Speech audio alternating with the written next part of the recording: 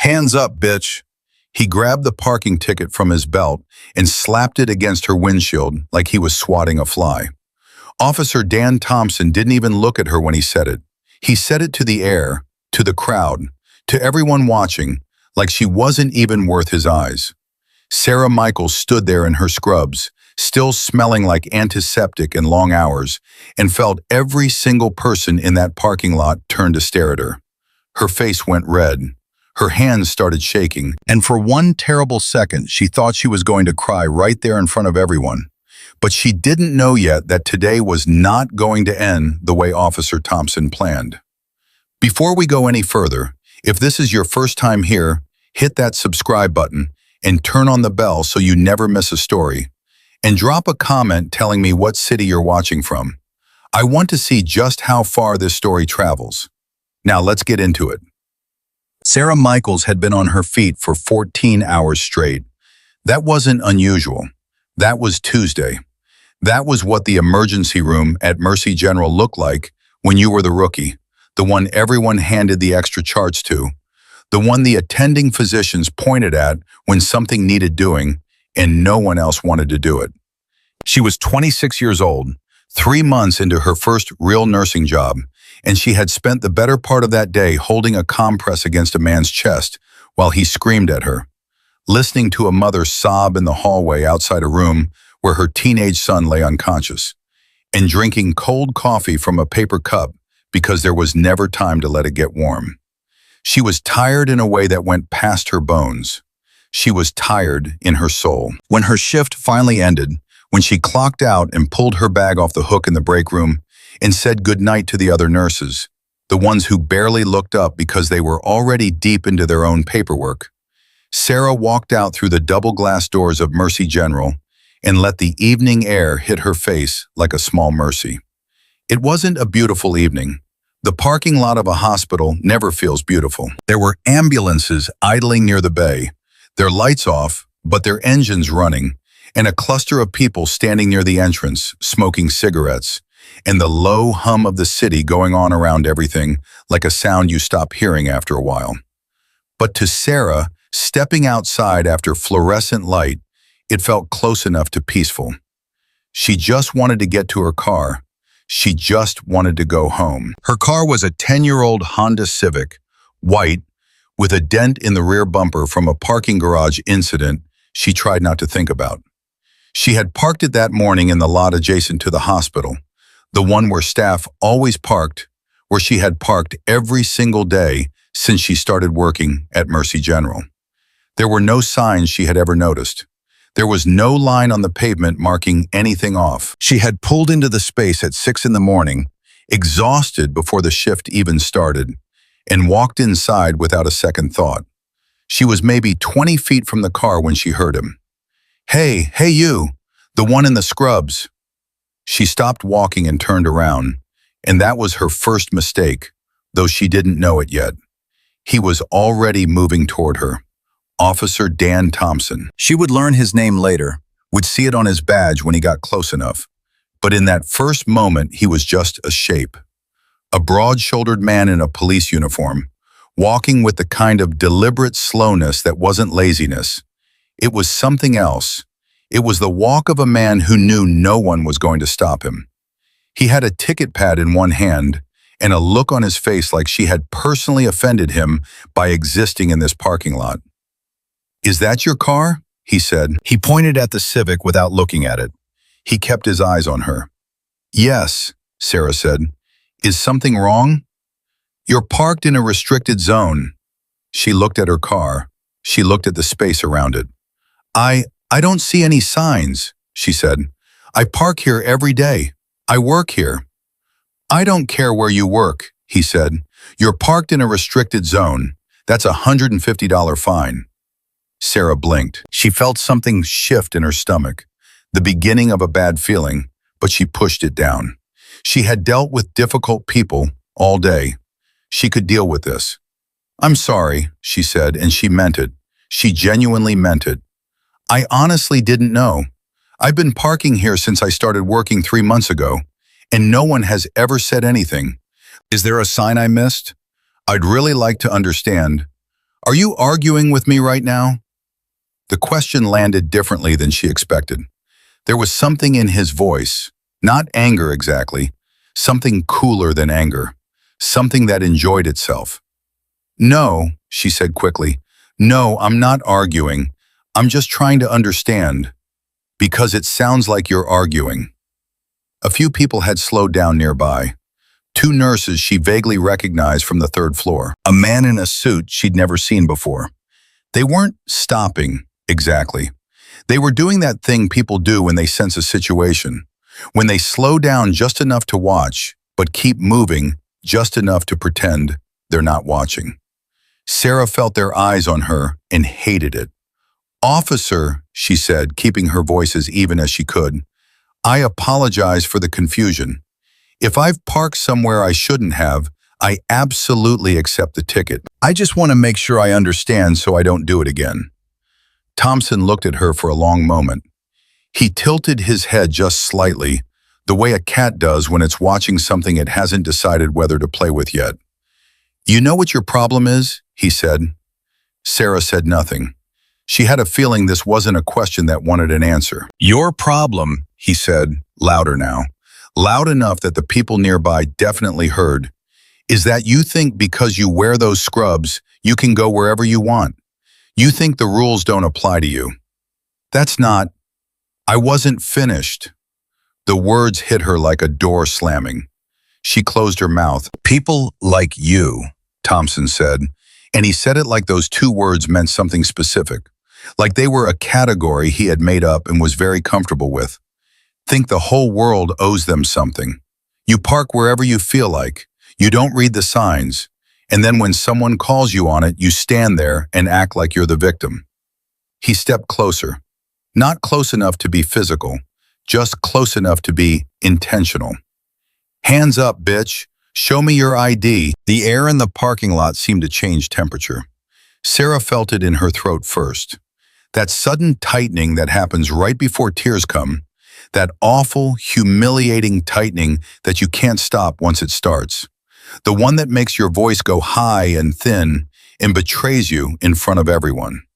She pressed her lips together. She was not going to cry. She was absolutely not going to cry in front of this man. "Excuse me?" she said. Her voice was quieter than she intended. "Your ID," Thompson said. He hadn't raised his voice. He didn't need to. "Or do I need to explain what an ID is?" Someone behind her made a sound. She couldn't tell if it was sympathy or amusement or just the ambient noise of the parking lot. It didn't matter. Every sound felt loud right now. Every pair of eyes felt like a flashlight pointed at her face. Her hands were shaking when she opened her bag. She hated that they were shaking. She hated that he could see them shaking. She found her wallet, found her license, held it out. Thompson took it without thanking her, looked at it for a moment that stretched out much longer than it needed to, then handed it back. "Sarah Michaels," he said, like he was tasting the name. "You new here?" 3 months, she said. 3 months. He nodded slowly, the kind of nod that isn't agreement, it's performance. 3 months and you already think you own the place. He clicked his pen and started writing. "Unprofessional, reckless. You know, I've written up a lot of tickets in this lot, but I have to say," and here he paused, let the pause fill with air, "you might be the most entitled person I've dealt with all week." That word, entitled. It hit Sarah somewhere deep, somewhere specific, somewhere that had been hurt before. Because she knew what she was.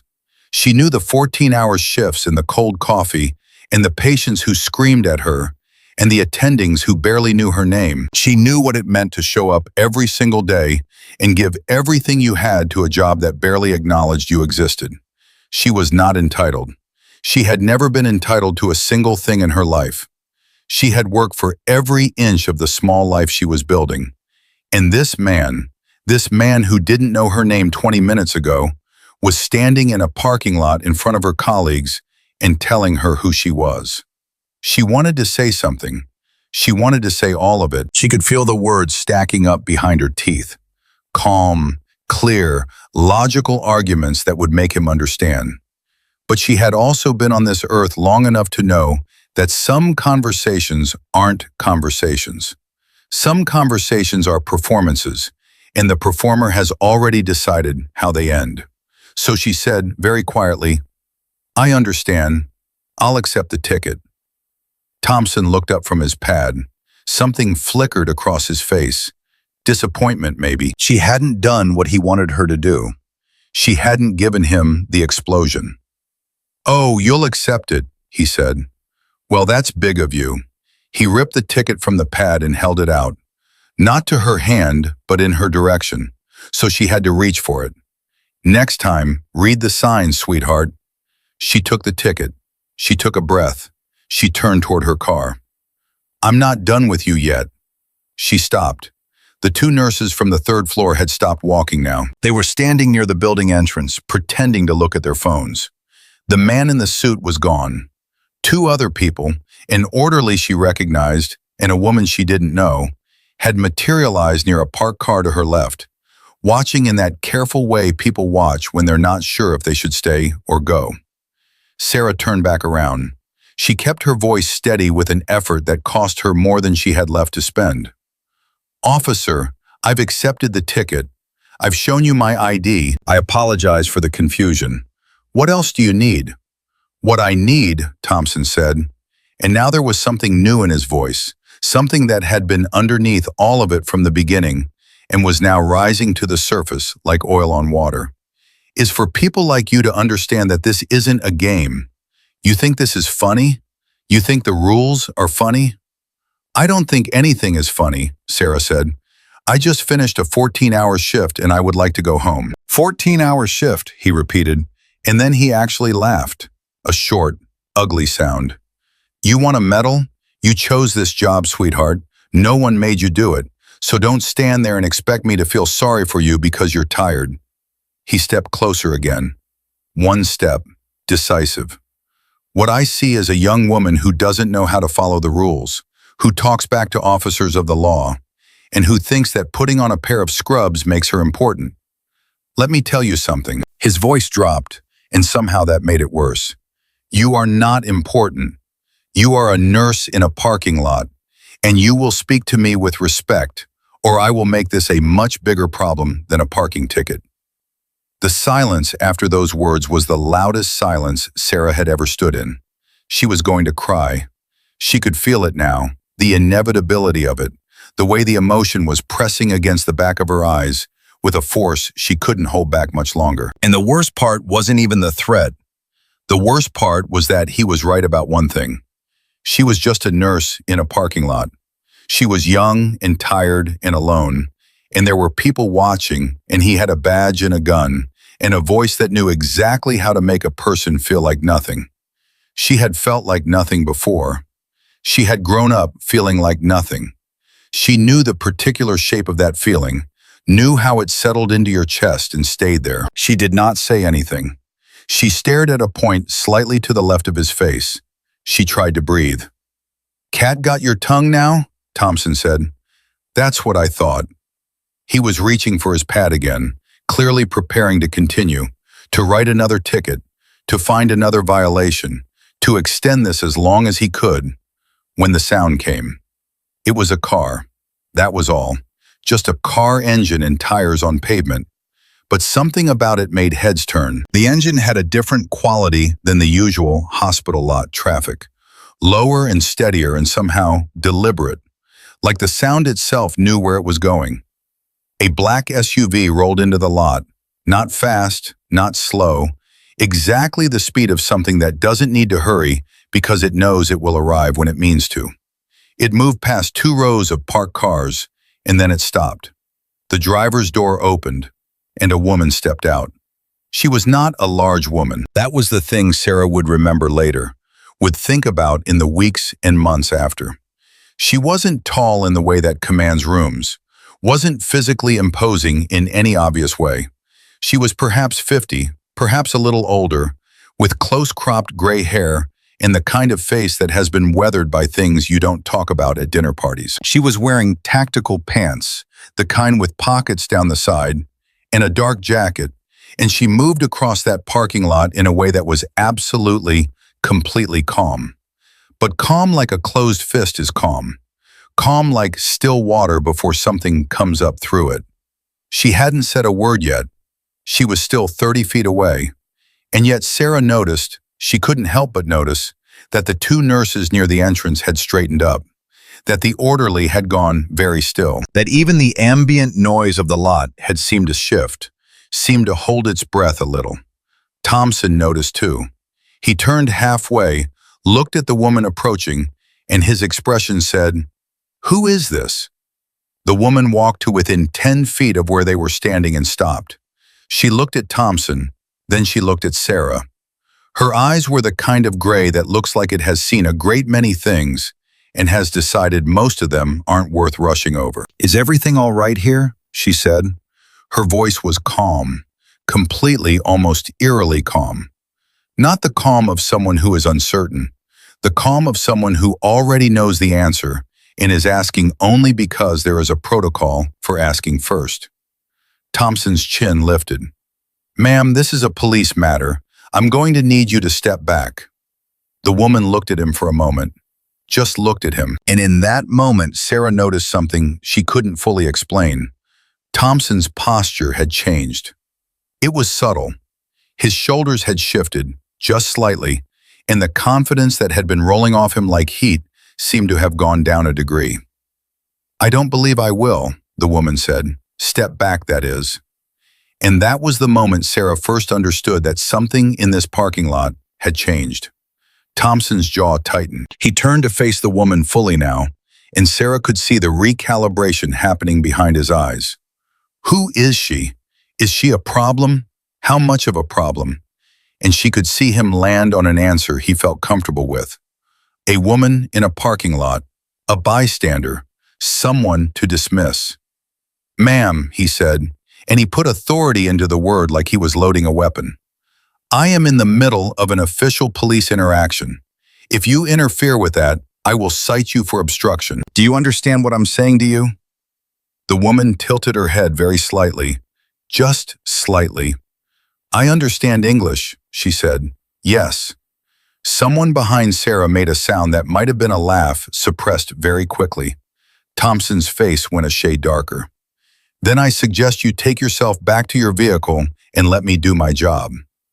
"Your job," the woman said, and the way she said it wasn't sarcastic, it wasn't challenging, it was just flat. Like she was placing the word on a table and looking at it from all angles.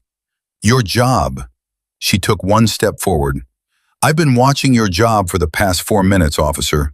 She glanced at his badge. "Thompson. And what I've watched has been, let's say, concerning." "You don't know what you're talking about," Thompson said. "I know what I saw," she said simply. Sarah looked between them. Her heart was beating hard. Something was happening here. Something she could feel but not yet name. The way you can feel weather changing before the clouds arrive. Thompson stepped toward the woman. Not aggressively, but with purpose. "Who are you?" he said.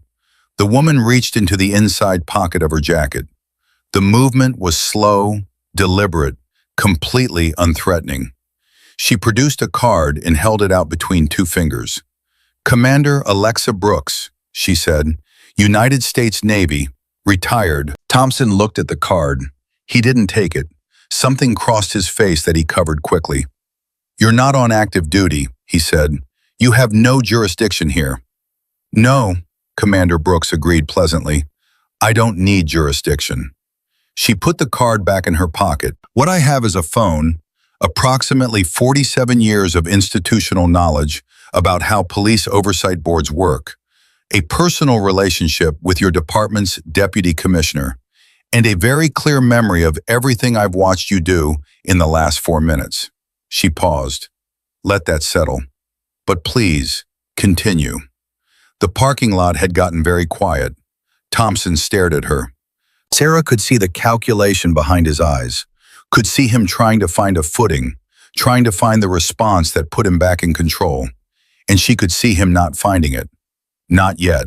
He wasn't finished. She could tell he wasn't finished. But the ground had shifted under his feet, and he knew it, and she knew it, and Commander Brooks knew it. And Brooks watched him with that calm gray gaze that had apparently seen things much more difficult than a parking lot bully, and did not move, and did not blink, and did not offer him anything to push against. Sarah looked at this woman, this stranger who had stepped out of a black SUV with a military ID and a voice like a locked door, and felt something strange and fragile and unexpected rise up in her chest. She felt for the first time in 4 minutes like she was not alone. Thompson opened his mouth, but before he could speak, Brooks turned to Sarah. Just for a moment, just long enough to meet her eyes. "You doing okay?" she said, quietly, just between the two of them. And Sarah, who had held it together through 14 hours of emergency room chaos and 4 minutes of public humiliation, felt her throat close up completely. She nodded, because she didn't trust her voice. Brooks held her gaze for one more second, something in it that said, "I see you, and you are not nothing, and we are not done here yet." Then she turned back to Thompson. "Now," she said, "why don't we start over?" Commander Brooks said it again, softer this time. But softer didn't mean gentler. It meant focused, the way a laser is focused. "Why don't we start over?" Thompson hadn't moved. He was standing in that parking lot with a ticket pad in one hand and 3 seconds of recalculation behind his eyes. And Sarah could see the exact moment he decided that this woman, this retired military officer with a card and a calm voice and a black SUV, was still, in the end, just a woman, just a civilian, just someone who didn't know who she was dealing with. She saw him decide that, and she wanted to warn him. "Lady," Thompson said, and the word came out slow and deliberate, the way people say words when they want you to feel the weight of their condescension. "I don't know what you think you just walked into, but this is a police matter. And unless you have a badge on your person that I cannot see, I strongly suggest you get back in your vehicle before I make your evening a lot more complicated than it needs to be." Brooks looked at him, just looked, the way a surgeon looks at an X-ray, not with feeling, with assessment. "Complicated," she said, not a question, more like she was testing the word for structural integrity. "That's what I said." "Officer Thompson," she said his name the way you say the name of something you've already categorized. "I want you to think carefully about your next sentence, not because I'm threatening you, but because I have been standing here long enough to have watched you grab a civilian, shove her against her own vehicle, and use language that I guarantee is currently being recorded on at least 3 cell phones in this parking lot." She paused, let that land. "So think carefully." The silence that followed was the kind that has texture. Thompson's head moved. Not much, just enough to be a tell. His eyes swept the lot, one quick, involuntary scan, and Sarah watched the math happen on his face in real time. People near the entrance, 2 nurses, an orderly, a man near a sedan who had his phone held just a little too casually at his side. Thompson looked back at Brooks, and something in his jaw had changed, tightened, the way something tightens when it is trying to hold its shape. "Nobody is recording anything," he said, but he said it half a beat too late, and everyone heard it. "You sure about that?" Brooks said. She didn't look around. She didn't need to. She kept her eyes on him the entire time. And that was the thing. That was the thing Sarah would turn over in her mind later, driving home, lying in bed staring at the ceiling. Brooks never looked away from him. Not once. She held that eye contact like it was tactical, like it was a position she had taken and was not going to give up. Thompson took a breath. Sarah could see his chest expand and contract. She could see him trying to find the version of himself that was in control of the situation. He had been in control 10 minutes ago. He had been so absolutely in control that he had put his hand on her arm and shoved her and said what he said without even thinking twice about it. And now he was standing in his own lot, trying to find the ground under his feet. "Look," he said, and his voice had changed just slightly. Not softer exactly, More like the way a fire changes when you put something heavy on it. Still burning, just differently. I don't know who you think you are, ma'am, but you don't get to come into my jurisdiction and start throwing around military rank like it means something out here. You want to file a complaint? There's a process for that. You go to the precinct, you fill out a form, and someone reviews it in 3 to 6 weeks. That's how it works. I know exactly how it works, Brooks said. I've sat on 2 civilian oversight committees. I've reviewed more use of force reports than I care to count. She folded her hands in front of her. It was such a calm gesture, such a deliberate, composed, completely unhurried gesture. And I can tell you with absolute certainty that what I watched happen to this young woman in the last 5 minutes would not survive a 15-minute review. Sarah's breath caught. You don't know what happened before you got here, Thompson said. You're right, Brooks said immediately. Tell me. That stopped him. Tell me what happened before I got here, she said, because from where I was sitting, in my car, I saw a young woman in hospital scrubs walking to her vehicle. I saw you approach her. I saw the interaction escalate. I saw you grab her arm. I saw you push her, and I heard what you called her. She tilted her head 1 degree. So please, fill in what I missed. The 2 nurses near the entrance hadn't moved. The orderly was still there. The man with the phone, Sarah was almost certain now that he was recording, hadn't put it down. Thompson stared at Brooks for a long moment. Something was happening behind his eyes. Not retreat, not yet, but something was shifting, rearranging, looking for a new angle. She was parked in a restricted area, he said finally. Okay, Brooks said, and she was being uncooperative. Was she? Yes. Uncooperative, Brooks said again, in that same flat, testing the word voice. She was uncooperative. A 20-something nurse who just finished her shift was uncooperative, and that's why you grabbed her arm. I didn't grab her. Officer Thompson. Brooks's voice didn't rise. It didn't harden. It just became very, very clear, like water that has gone from moving to still. I watched you grab her arm. There are other people here who watched you grab her arm. And I'm going to ask you one time to please not insult my intelligence or theirs by standing here and telling me that didn't happen. The silence afterward was different from the other silences. This one had a kind of gravity. Sarah looked at Thompson's face. She saw something she had not expected to see. Not rage, not defiance. Something smaller than that. Something that looked, for just a fraction of a second, like the expression of a man who has been doing something long enough that he forgot other people could see it. It lasted half a second. Then it was gone, buried under the familiar architecture of his authority.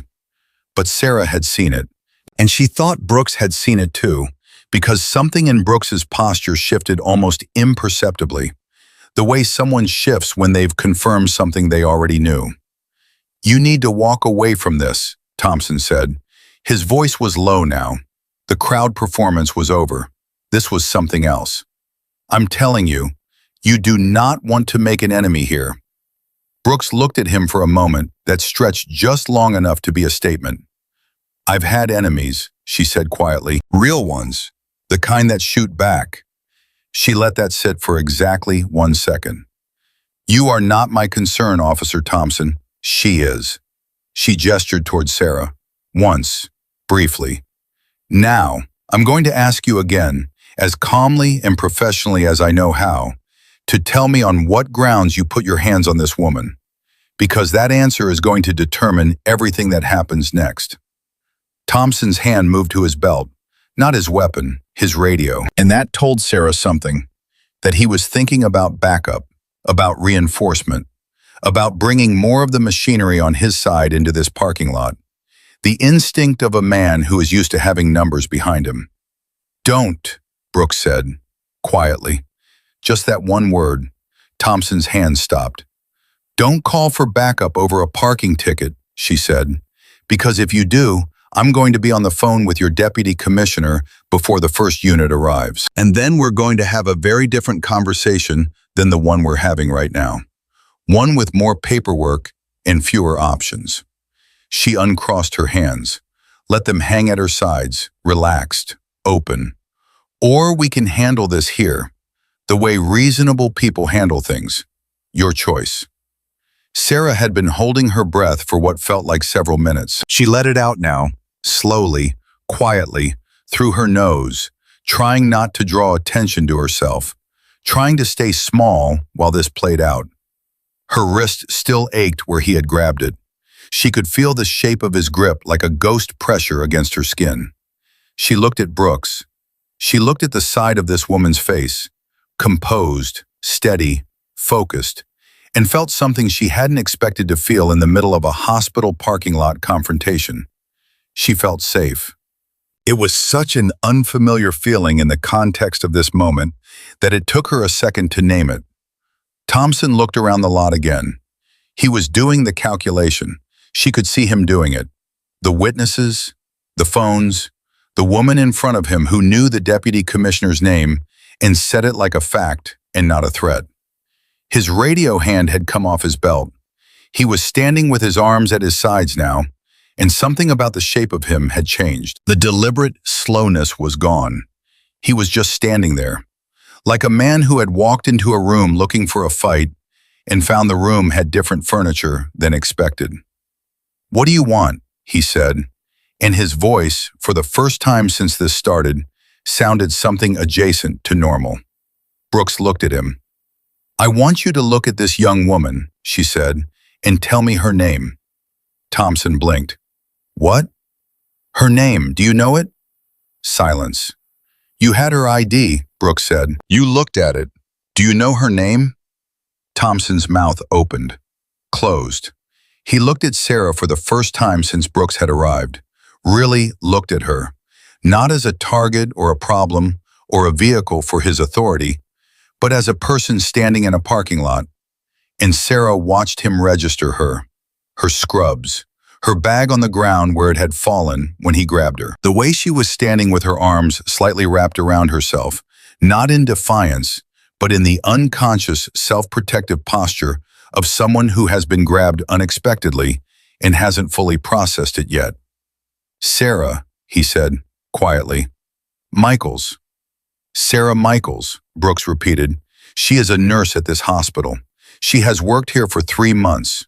She parked where she parks every day. She showed you her ID when you asked. She accepted the ticket you gave her. She apologized." Brooks paused. "And then you called her a name in front of her colleagues, and you put your hands on her." Another pause. "I want you to sit with that for a second. I want you to actually think about what you did."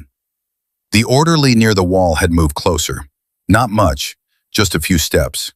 One of the nurses near the entrance had her phone fully out now, not pretending anymore. Thompson looked at the ground, just for a moment, just long enough. It got heated," he said. "It got heated," Brooks said, flat, precise, like a scalpel laid on a table. "I shouldn't have." He stopped, tried again. The language was, he stopped again. Brooks waited. She didn't push. She didn't fill the space. She let him sit in it. "That was out of line," Thompson said finally. The words came out of him like something that had been stuck and finally worked itself loose. "The language, that was out of line." Sarah stared at him. She had not expected that sentence. Not from him. Not after everything that had just happened. She felt something shift in her chest. Not forgiveness, not resolution, not anything that neat. Just a strange, hollow loosening, like a fist that had been clenched for a long time finally, partially, opening. She didn't say anything yet. She wasn't ready to say anything yet. "And her arm?" Brooks said. Thompson's jaw worked. "I shouldn't have." He exhaled through his nose. "I was out of line." "Twice," Brooks said, in the same sentence. "Good." She turned to Sarah then, fully turned, and looked at her with those gray eyes that had watched everything and cataloged everything, and not once looked away. "You okay?" she said. Sarah's throat had gone tight again. She nodded. She was not entirely okay. Her wrist ached and her face was hot, and there were people watching, and she was so tired that the ground felt slightly unsteady under her feet. But she was standing. She was still standing. "He owes you an apology," Brooks said, not loudly, not performatively, just simply, to Sarah, like they were the only two people in the lot. Thompson looked up. His face had gone through several different configurations in the last 10 minutes and was now settling into something unfamiliar. Not humility exactly, but something in the neighborhood of it. Something uncomfortable. Something he was wearing like clothes that didn't fit. He looked at Sarah, really looked at her. "I was out of line," he said again, and this time he said it to her. Not to the ground, not to Brooks, to Sarah. "What I called you, putting my hands on you, that was wrong." Sarah looked at him for a long moment. She was trying to figure out what she felt. It wasn't vindication. Vindication would have felt bigger, warmer. This was smaller, more complicated. She had wanted him to understand something, and she wasn't sure if he did. Not really, not in the way that would change anything. But the words were real. He had said them in front of witnesses. He had said them to her face. She swallowed. "Thank you," she said, because she didn't know what else there was to say, and because her mother had raised her to acknowledge when someone admitted they were wrong, even if the admission couldn't undo the wrong. Thompson nodded once. It was a small, tight movement. He clicked his pen, put it in his chest pocket, turned, and walked back toward his cruiser without another word. Nobody stopped him. Nobody said anything. They all just watched him go. For a moment, the parking lot was very quiet. Then, from somewhere near the entrance, one of the nurses started walking forward, and then the orderly, and then a woman Sarah didn't recognize at all, who had apparently been standing near the back of a pickup truck this whole time. They came towards Sarah with the careful energy of people who have watched something difficult and want to check on the person in the middle of it. "Are you all right?" one of the nurses said. Her name was Keisha. Sarah knew her vaguely from the third floor, from the occasional nod in the elevator. Sarah started. "She's going to be fine," Brooks said, gently, from beside her. It wasn't dismissive. It was protective. The way you redirect attention from someone who is about to be overwhelmed by it. "She just needs a minute." Keisha looked at Brooks and then back at Sarah and nodded. "That was messed up," she said. "I'm sorry I didn't say anything sooner. I should have." "You didn't know how it was going to go," Brooks said, simply. No judgment. "None of you did." Keisha nodded again. She touched Sarah's arm, lightly, on the opposite side from where Thompson had grabbed her, and squeezed once, briefly, before stepping back. The small crowd dispersed slowly, not all at once, but one by one, the way people leave when the emergency is over and they remember they were going somewhere. The man with the phone finally put it away. The orderly headed back toward the building entrance. The evening sounds of the lot came back. Engines, distant traffic, the persistent low hum of the city going on. Sarah and Brooks were left standing there together, and for the first time since Brooks had stepped out of that SUV, Sarah really looked at her. Really looked at her. The close-cropped gray hair, the face that had seen things, the hands that were still relaxed at her sides, unhurried, like nothing about this had cost her anything. "You know my mom," Sarah said. It came out half question, half statement. Brooks looked at her. A small, warm something moved across her face. The first expression that wasn't purely tactical. "Linda Michaels," she said. "We served 2 tours in the same unit. She never told you about me." Sarah shook her head slowly.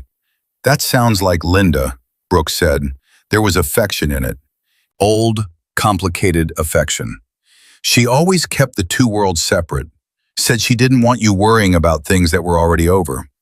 Sarah looked at this woman, this stranger who was not a stranger, who had stepped out of a black SUV at exactly the right moment in the worst 4 minutes of her Tuesday, and felt the tears she had been holding for the last half hour press forward again with an urgency that was impossible to deny. She pressed her lips together. She was not going to cry. "Hey," Brooks said quietly, just to her, "it's okay." That was the sentence that did it, because no one had said those two words to Sarah today. Not once in 14 hours. Nobody had said, "It's okay." Not her attending physician when he handed her the chart on the man with the chest wound. Not the charge nurse when she told her the waiting room was overflowing. Not the orderly who walked past her at 11 p.m. when she was eating cold soup from a plastic container in the break room and staring at nothing. "It's okay." She pressed the back of her hand against her mouth and breathed through her nose. One breath, two. She was not going to fall apart in a parking lot. She was not. She had made it through 14 hours. She could make it through the next 5 minutes. But her eyes were wet, and she knew it. And Brooks looked at her with the quiet, steady attention of someone who has seen people try to hold it together and knows exactly what it costs, and doesn't require you to pretend for their benefit. "I'm fine," Sarah said. Her voice came out uneven. "You don't have to be," Brooks said, and that was somehow worse and better at the same time. Sarah's bag was still on the ground. She bent down to pick it up. Keys, wallet, her hospital badge, a lip balm that had rolled 3 feet away, and Brooks crouched with her without being asked, picked up the badge, handed it back. Their eyes met at ground level, and Sarah thought of her mother, thought of the woman her mother must have been before Sarah knew her, before the job at the grocery store, and the small apartment, and the years of quiet sacrifice. The woman who had served 2 tours with someone who moved like this, who talked like this, who stood in a hospital parking lot and made a bully recalculate. She thought about how little she knew about where she came from. They stood up. Sarah slung her bag over her shoulder. She looked at Thompson's cruiser, still in the lot, engine running, the shape of him visible through the windshield, not looking in their direction. She looked back at Brooks. "Is he going to?" she started. "No," Brooks said, flat, certain, immediate. "He's not." "How do you know?" "Because he knows I have his name, his badge number, and 3 witnesses who watched him put his hands on you." She said it matter-of-factly, without heat. "And because whatever else he is, he's not stupid enough to escalate after what just happened." She looked at Sarah. "He'll go home tonight and convince himself it wasn't as bad as it looked. People like that always do. But he will not bother you again."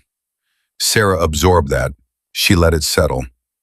"That's not really justice," she said quietly. Brooks looked at her for a moment. "No," she said, "it's not." She didn't dress it up. She didn't offer her a more comfortable version. "What happened to you today was wrong. The apology was real, and it matters, but it doesn't undo it. And that's a hard thing to sit with." She paused. "It's also not the end of the story." Sarah looked at her. "What does that mean?" But before Brooks could answer, the radio on Thompson's cruiser crackled, loud enough to carry across the lot. A voice said something unintelligible. Thompson's door opened. He stepped out, not toward them. He walked to the front of his cruiser, stood there for a second with his hands on his hips, then looked across the lot at Sarah. He held her gaze for 3 seconds. Then he looked at Brooks, and he said, and Sarah heard it clearly, the lot was that quiet, "I'm going to file an incident report on myself." He said it like each word was a stone he was placing down carefully, "for conduct unbecoming." He paused. "It's not enough, but it's what I've got right now." Nobody moved. Nobody said anything. Sarah stared at him, and then Thompson got back in his cruiser. The engine stayed running. He did not leave yet. He just sat there, like a man who has done the one right thing in a long line of wrong ones, and isn't sure what comes next. Sarah turned to Brooks. Her mouth was open slightly. "Did that just—" "Don't make it bigger than it is," Brooks said quietly. "It's one step. One small step by a man who should have taken it a lot sooner." She looked at Sarah, but yes, it happened. Sarah looked at the cruiser, at the man sitting inside it, face forward, the shape of him somehow different now than it had been 20 minutes ago. Not better, not good, but different. Like a door that has been moved 2 inches, still mostly closed, but not entirely. She exhaled, long and slow, all the way out, and then something happened that she didn't expect. A sound from behind her. She turned. Keisha was back, the nurse from the 3rd floor, standing near the entrance with her phone in her hand. Her expression was strange, careful, like she was carrying something fragile. "Sarah," she said, "you need to see this." She held out the phone.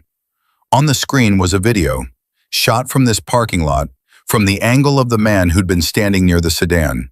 Clear, steady. You could see Thompson approach Sarah. You could see the grab. You could hear, not perfectly, but clearly enough, what he had said. The video had already been uploaded, not to a private account, to a public one. It had been up for 14 minutes. It had 43,000 views, and it was climbing. Sarah looked at the number, then looked at Keisha, then looked at Brooks. Brooks looked at the phone, looked at the number, looked back at Sarah with those gray, steady assessment eyes. "Well," she said quietly, "that changes things." 43,000 views. Sarah stared at the number on Keisha's phone and felt the ground shift under her feet for the 2nd time that evening. The first time had been when Thompson grabbed her arm. This time was different. This time the ground wasn't falling away from her. It was expanding, growing in directions she hadn't accounted for, hadn't prepared for, hadn't asked for. "Who posted this?" she said. Keisha turned the phone back toward herself. "Guy named Marcus Webb. Says in the bio he's a freelance journalist. Lives locally." She scrolled. "He was walking to his car when it started. He's been here before. He covers stuff at the hospital sometimes. Community interest pieces." She looked up at Sarah. He captioned it, "Mercy General Hospital parking lot. Off-duty cop or on-duty bully? You decide." Sarah said nothing. 51,000, Keisha said. She was watching the number in real time. It just jumped. Brooks had not moved. She was standing beside Sarah with her hands in her jacket pockets, looking at the phone with the expression of someone who is processing information rapidly and quietly, like a machine that doesn't show its work on the outside. "Does Thompson know?" Sarah asked. Brooks glanced at the cruiser, still idling. Thompson's silhouette still visible, still not looking in their direction. "Not yet," she said, "but he will. These things move faster than people expect." She looked at Sarah directly. "This is going to become something bigger than a parking ticket. You understand that." It wasn't a question. Sarah understood it. She understood it the way you understand a storm is coming. Not intellectually, but physically, in the chest, in the sudden awareness that the next several hours were going to be nothing like the quiet drive home she had been imagining 60 minutes ago. "What do I do?" she said. Brooks looked at her. "Right now, nothing. You don't comment, you don't post, you don't respond to anyone who contacts you. Not tonight." She paused. "Do you have someone you can call, someone you trust?" Sarah thought immediately of her mother. Then she thought about what it would do to Linda Michaels to see that video. Her mother, who worried about everything quietly and said she didn't. Her mother, who had served 2 tours overseas and come home, and somehow managed to raise a daughter alone, without ever once letting the daughter see how hard it was. Her mother, who did not need to see 43,000 strangers watching her child get shoved against a car. "I have my mom," Sarah said, "but I don't want her to see." "She's going to see it," Brooks said, gently but directly. "Better she hears it from you first." Sarah closed her eyes for 1 second, opened them, nodded. Keisha was still watching the phone. 62,000, she said softly. There was something stunned in her voice. "Sarah, this is moving really fast." Sarah looked at the number. She had spent 3 months at Mercy General being invisible. She had spent 14 hours today being everything to everyone and nothing to herself. She had spent the last 45 minutes being the smallest version of herself she had felt in years. And now 62,000 people. People she would never meet. People in living rooms and on buses and lying in bed scrolling through their evening were watching a video of her worst 4 minutes and forming opinions about them. She didn't know if that felt like power or exposure. She suspected it was both. Thompson's cruiser door opened again. They all looked. He stepped out slowly, and this time he was holding his own phone. He looked at the screen. His face changed. Sarah was too far away to see the specific expression, but she could read the shape of it. The way the body goes still when it receives unexpected bad news. The particular stillness of a person realizing a situation has expanded beyond the borders they thought it had.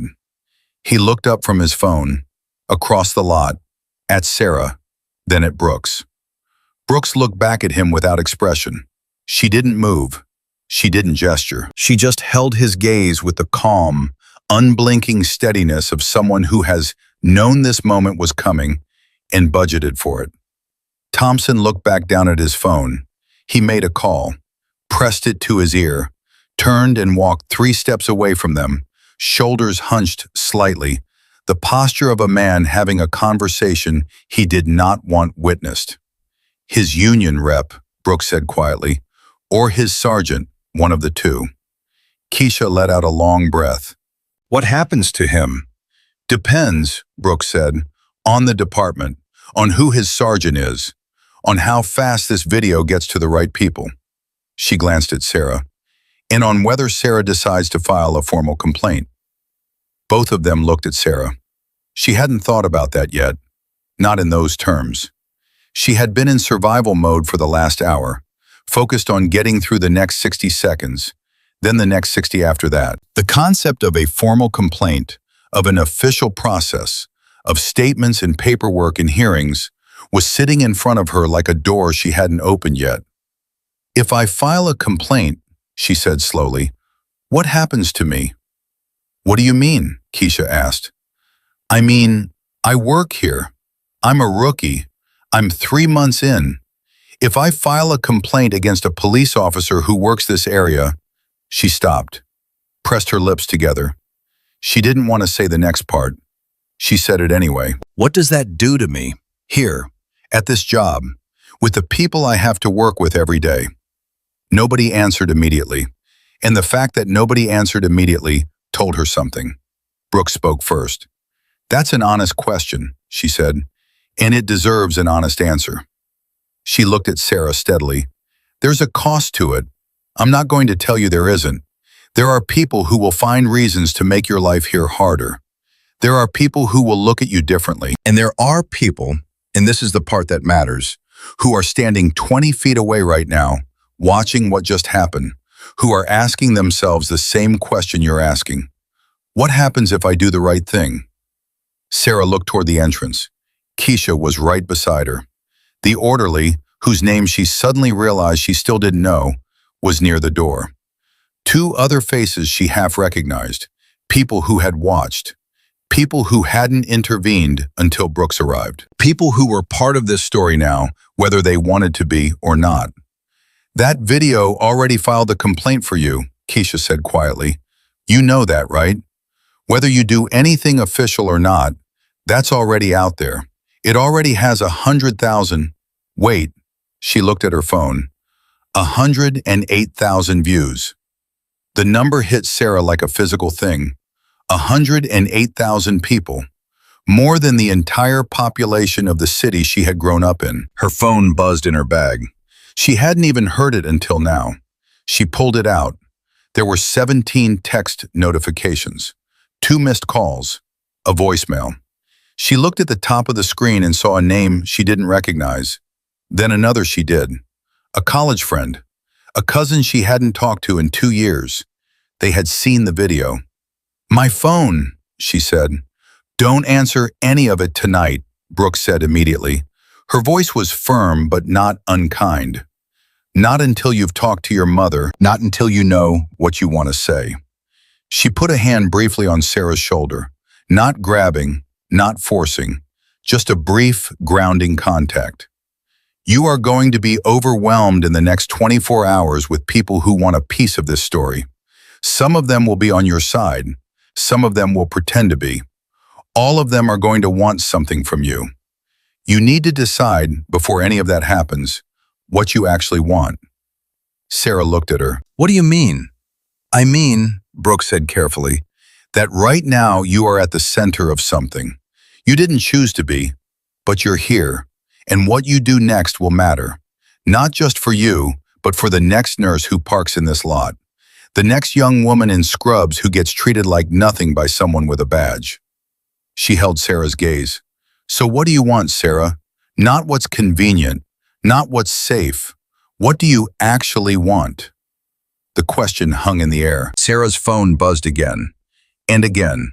She looked at the screen, a notification from a local news account. She saw the words viral video and Mercy General in the preview before the screen went dark. She looked up. Thompson was still on his phone, his back to them, his posture tighter now than it had been a minute ago. Whatever conversation he was having, it was not going well. I want it to not happen to the next person, Sarah said, quietly, almost to herself. Brooks heard her. Then you know what you want, she said. Sarah's phone rang. The screen lit up with a photo, her mother's face, smiling, at a birthday dinner 2 years ago.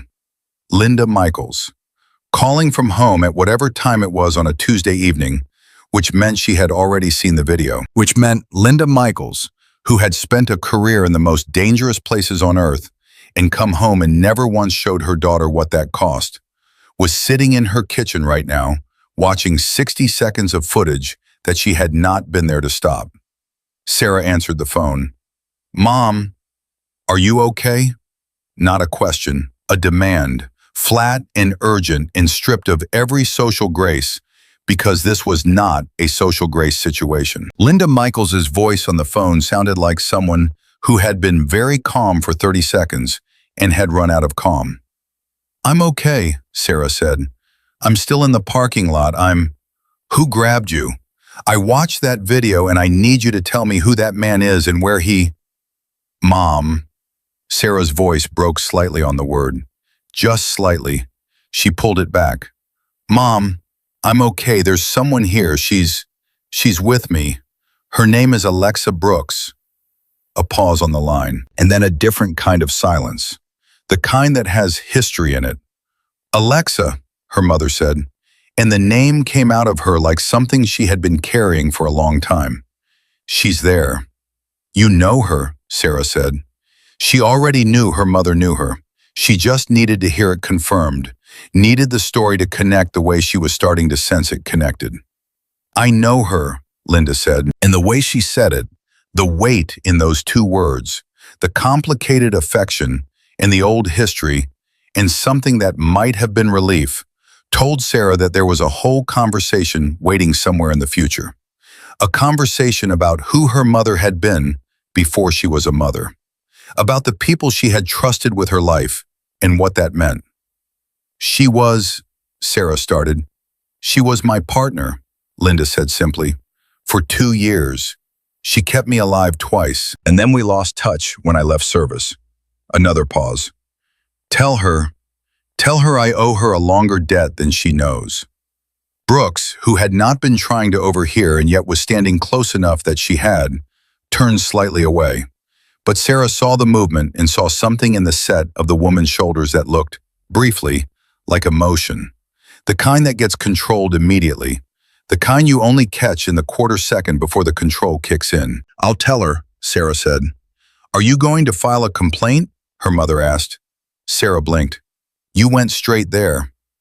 I watched a police officer put his hands on my daughter, Linda said. I don't have time for preamble. A sound came from the direction of Thompson's cruiser. Not loud, just distinct enough to turn heads. His call had ended. He was standing with the phone at his side now, facing the lot, and his expression had gone through another change. Whatever his union rep or his sergeant had said to him, it had not been reassuring. His face had the particular blank quality of a man who has been told that the situation is worse than he thought and that he needs to wait for instructions. He looked across the lot at Sarah one more time. She held his gaze this time. She didn't look away. She wasn't sure when that decision had been made, somewhere in the last 20 minutes, but it was made. Thompson looked away first. Sarah turned back to her conversation. "Yes," she said to her mother, "I'm going to file." She heard her mother exhale, a long, controlled breath. "Good," Linda said. "I'll come. Give me 20 minutes. Mom, you don't have to." "I know I don't have to," Linda said. "I'm coming. I'll see you in 20. And she hung up with the efficiency of a person who has made a decision and considers the conversation concluded. Sarah lowered the phone. She looked at Brooks. "She's coming." Something moved across Brooks's face again. That same flash of complicated feeling, quickly organized. "I know," she said. "She would." Keisha had been watching all of this with the careful, slightly overwhelmed attention of someone who came to a parking lot to go home and somehow ended up in the middle of something much larger. She looked at Sarah. "Do you want me to stay?" Sarah looked at her. At this woman she barely knew, who had stood near the entrance and watched and hadn't intervened, who had come forward afterward and found the video and shown it to her without flinching. She thought about what Brooks had said, about the people who were standing 20 feet away, asking themselves, what happens if I do the right thing? "You don't have to," Sarah said. "I know," Keisha said, and then she stayed. She put her phone in her pocket and stood there like a person who has made a decision and doesn't need to announce it. Sarah's phone buzzed again. This time it was a name she didn't recognize. She turned the screen over. "It's going to start now," Brooks said. "The media. Local first, then potentially national if the numbers keep going." She looked at Sarah. "Do you have anyone who can be with you when that starts? Family? A lawyer? A friend?" "I don't have a lawyer," Sarah said. "You might need one," Brooks said. "Not to alarm her, just factually. Not because you've done anything wrong, because when something gets this much attention, you need someone whose job it is to protect your interests. Someone who isn't also trying to protect the hospital, or the department, or the story." Sarah looked at the number on Keisha's phone, which she could see from where she was standing.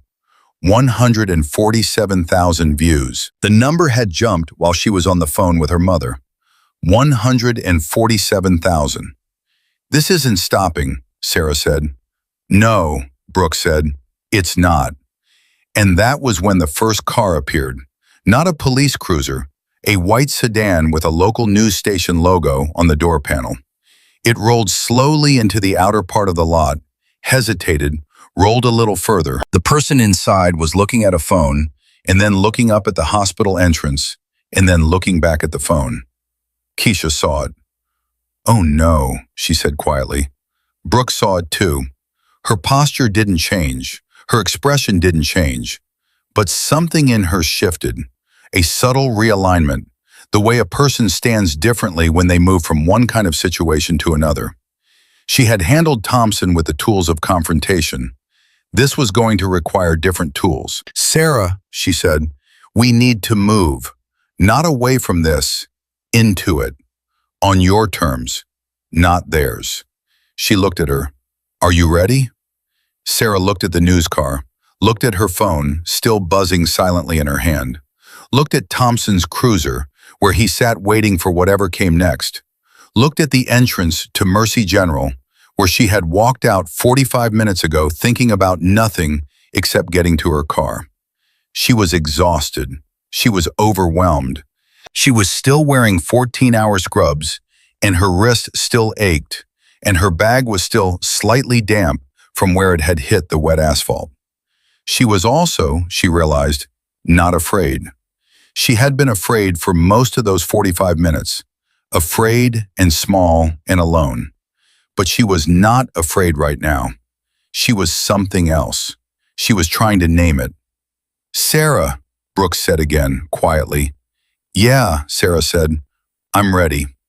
The news sedan had parked.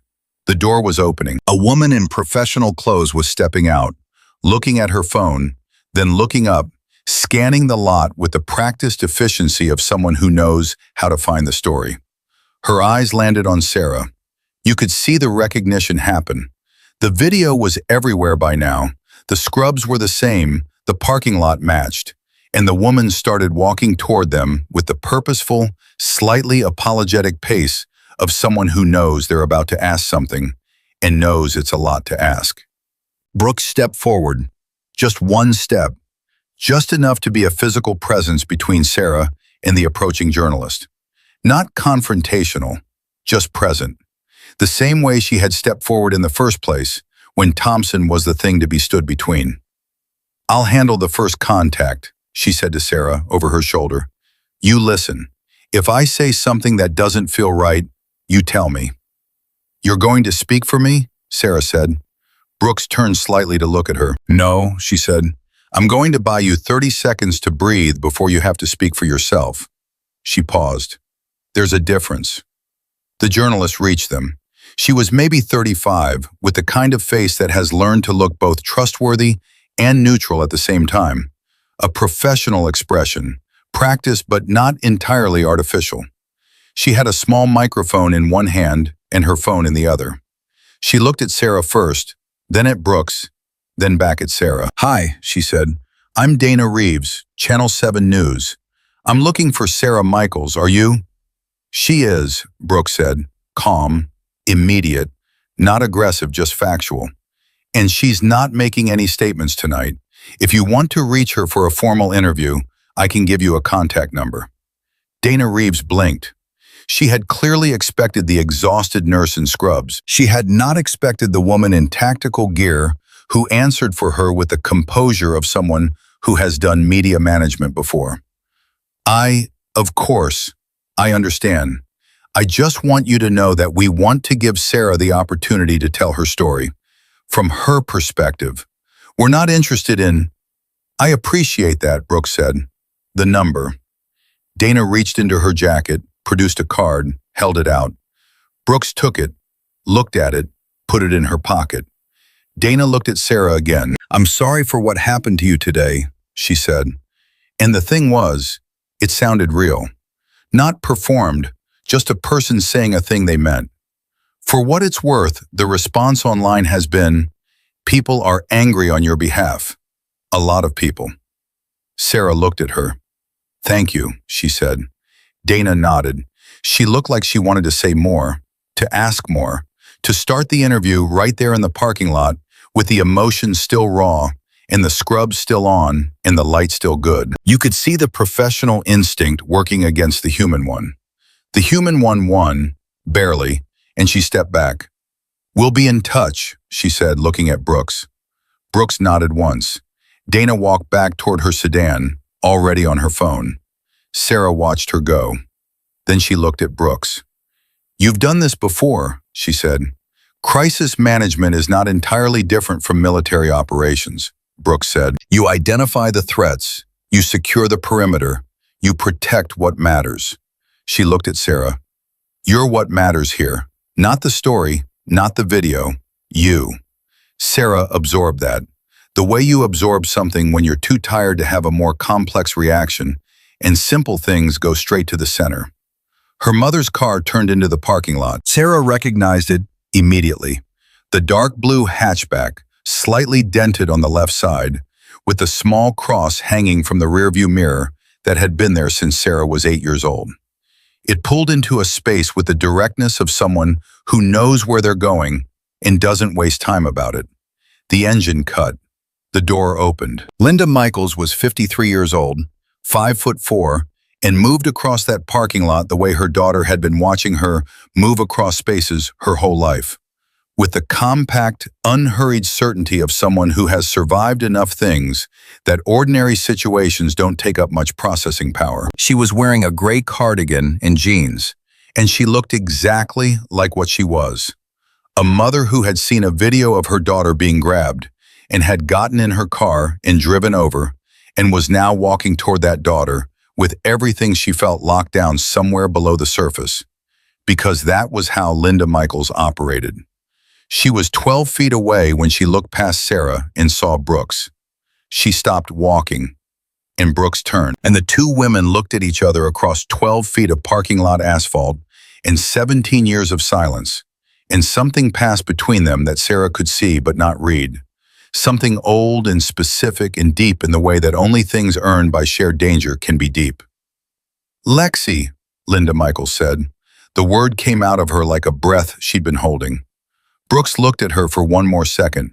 Then she said, "Lynn," and Linda Michaels, who did not cry in front of her daughter and had not cried in front of anyone in a very long time, crossed those 12 feet and put her arms around Commander Alexa Brooks and held on.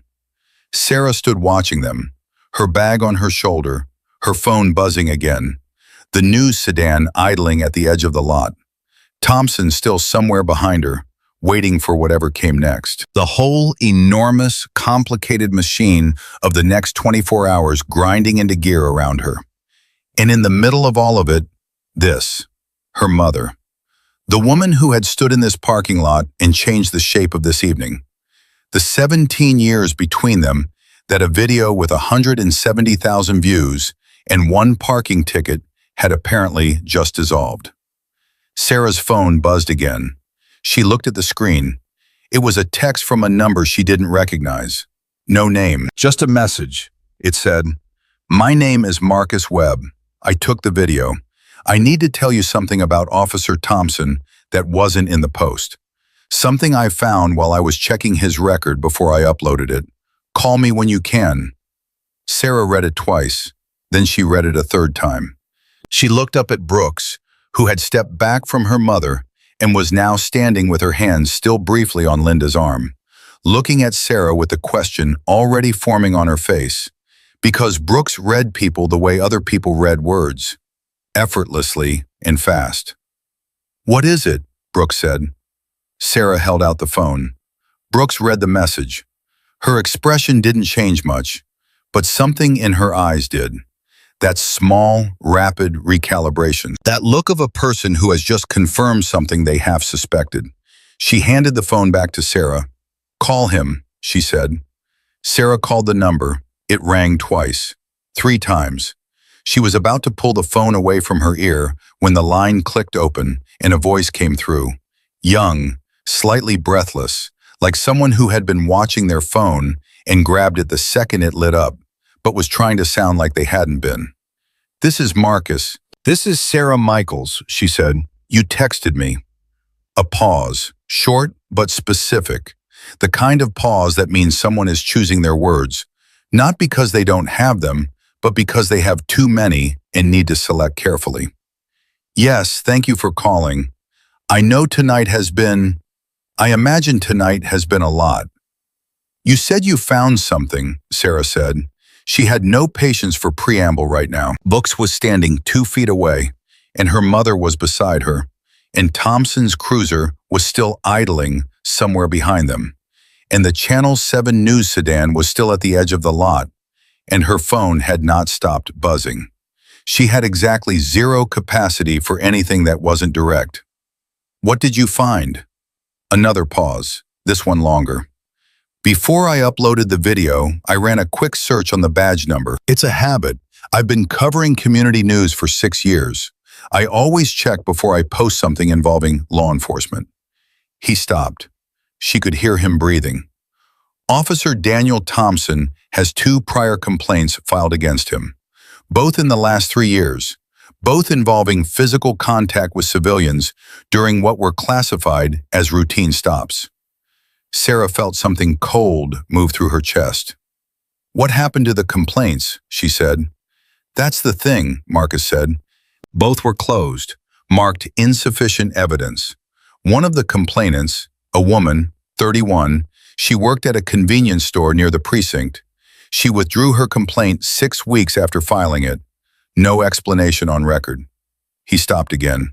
"I've been trying to reach her for the last 2 hours. She's not picking up." Brooks had heard enough of the call to read the shape of it. She was watching Sarah's face with that assessment gaze, and when Sarah looked at her, Brooks gave a very small nod. "Keep going."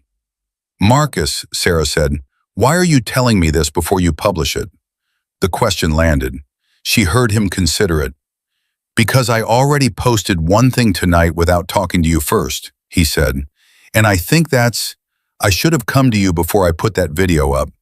It was your moment, your face, your worst 4 minutes. His voice had changed. The professional distance had thinned. And I'm not going to make that same call twice in one evening without giving you the chance to be part of it. Sarah looked at her mother. Linda was watching her with the focused, still attention of a woman who has learned that her job in certain moments is not to direct, but to witness and be ready. The woman who withdrew the complaint, Sarah said. You think she was pressured? I think it's possible, Marcus said carefully. I can't prove it yet. But the timing, the lack of explanation, the fact that the other complainant, a guy, 19 years old, he was a delivery driver, his complaint just kind of disappeared into administrative review and never came back out. He exhaled. These are patterns, Sarah. I've covered enough of these to know what patterns look like. The cold thing in her chest had become something else, something harder, less like fear, and more like the specific kind of clarity that comes when a thing you thought was personal turns out to be structural.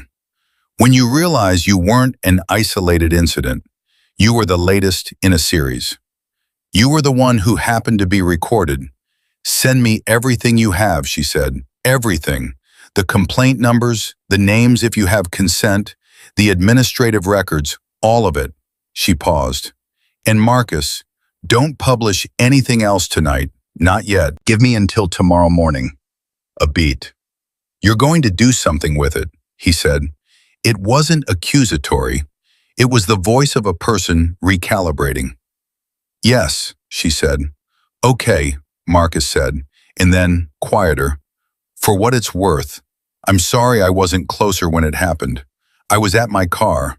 I had the phone up before I even thought about whether I should cross the lot instead. A pause. I should have crossed the lot.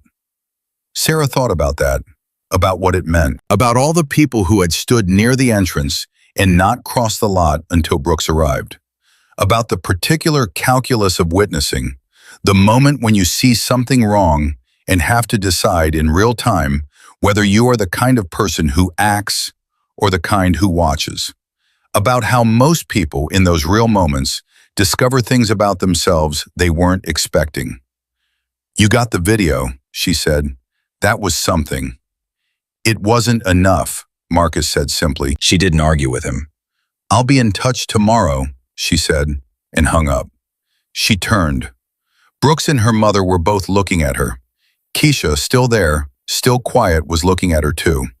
The parking lot had gotten darker in the last few minutes, the sky doing the thing it does in early evening, slipping from blue-gray into something deeper, and the lights in the lot had come on, casting everyone in the particular flat brightness of fluorescence working against the dark. There have been other women, Sarah said.